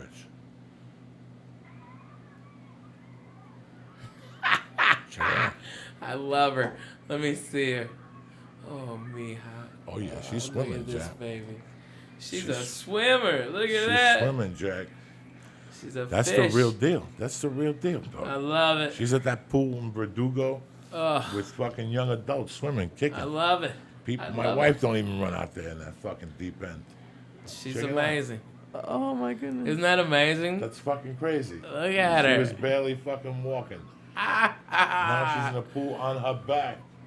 She's on her back? Look, I can see that. Holy shit. she don't fuck around. That's what Nah. she's been doing since she was 6 How old months is she now, Coco? She's 2.5. 2.5. She's my fucking bodyguard. I can't shake her. Let me Good get for you, man. No, I'm I so got a happy second for chance. Hey, as usual, my main motherfuckers on it. Go to onit.com for the best. I mean, the best. I read an article the other day that had Onnit in there, like toward macronutrients. I mean, that's how fucking good. I was blown away. And I'll tell you what, the staple, the Mac Daddy, Alpha Brain, 100% guaranteed, complete earth-grown nootropics. We ain't fucking around. All your brain cells will be cooking on all cylinders. Who's better than you? And if it don't cook, maybe you're just retarded. But if it don't cook, send it back to us. We don't even want the fucking thing. We'll send you back your money. Who does that? Who gives you that kind of guarantee? Well, you But might don't be stop retarded. there. How about the tea for the fucking up your testosterone levels? They also have the coconut oil for your coffee. We ain't fucking around. New mood. I mean, listen, give it a shot. Columbus did. Go to honor.com right now and press in. Church. CHURCH and get 10% off your first order. Who you kidding? You need fucking Alpha Brain more than ever, cocksucker. You know what? I think I need a few Alpha Brains. Oh, second but not least, hitty6.com. What the fuck you get? These are Gorilla? tremendous. Lee, I hope you have a bunch of these you can slip me, brother. He's got ones? a bunch of them there. I got some more. at the Fuck house. yeah. Hitty You're a Cigs, good the man, cigars Lee. are tremendous. The Tremendous. The e-cigs are tremendous. The best thing about them is 1,200 guaranteed motherfucking pups, okay? Oh, my dad's ordered like 20 of them. Yes, he did. You know why? Because they're Your fucking dad's $10 cool, a piece. man. Oh, yeah. So you get 5 for $50 right now. Go to hitty6.com and press in. Joey's Church. Joey's Church and get 5 for 50. Cinque, you get 5 e-cigs and get a cigar. Get the 0, 8, 16, and 24, and you get quit off your fucking cigarette habit. Number 3, my main motherfuckers, naileditlife.com. Always there for you. Fucking whether you want to dab, blow yourself up, whether you want the Goomies or Mono, whether you want the best vapor pen in the business, that's what they knew Nailed It Life. Pete and fucking Dave don't fuck around, so do me a favor. Go to naileditlife.com. Look at that great selection of vapor pens, 100% guarantee. In fact, they got the vapor pen 20% off right now if you press in. Joey Diaz. Boom! 20% off. It's 50. You get it for fucking 40. You got a problem, you call Dave, your fucking piece is there. No ifs, ands, buts about it. That's why we work with them. That's why we're family, all right? Don't forget to go see Ralphie May next week in San Jose. And the Flying Jew, I love him with all your heart. We'll be back Wednesday afternoon at 3 o'clock. Stay black, cocksuckers. You're going to play Highway Word to up. Hell. Fuck it. Fuck yeah, man. Thank you for coming on, Ralphie. Man, I love you, Coco. Thank you for having man. me. Me I'm too. sorry, fans, if I was rude.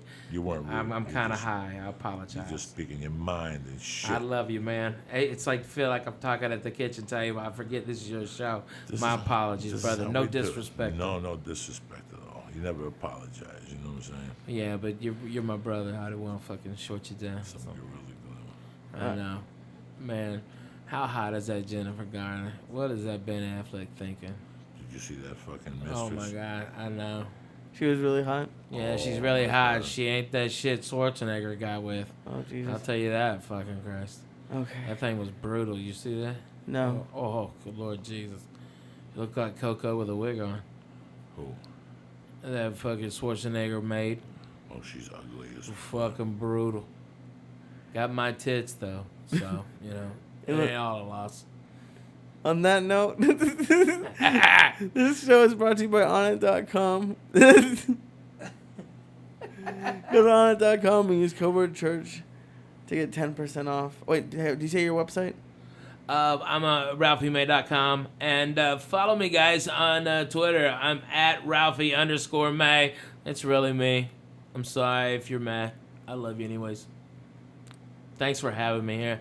You know, that you don't know. When we were fucking high and you're living with me, you're like, Ralphie May, you're going to be the fucking deacon of the church. What's happening now? So I feel like it's always good to come back to the church.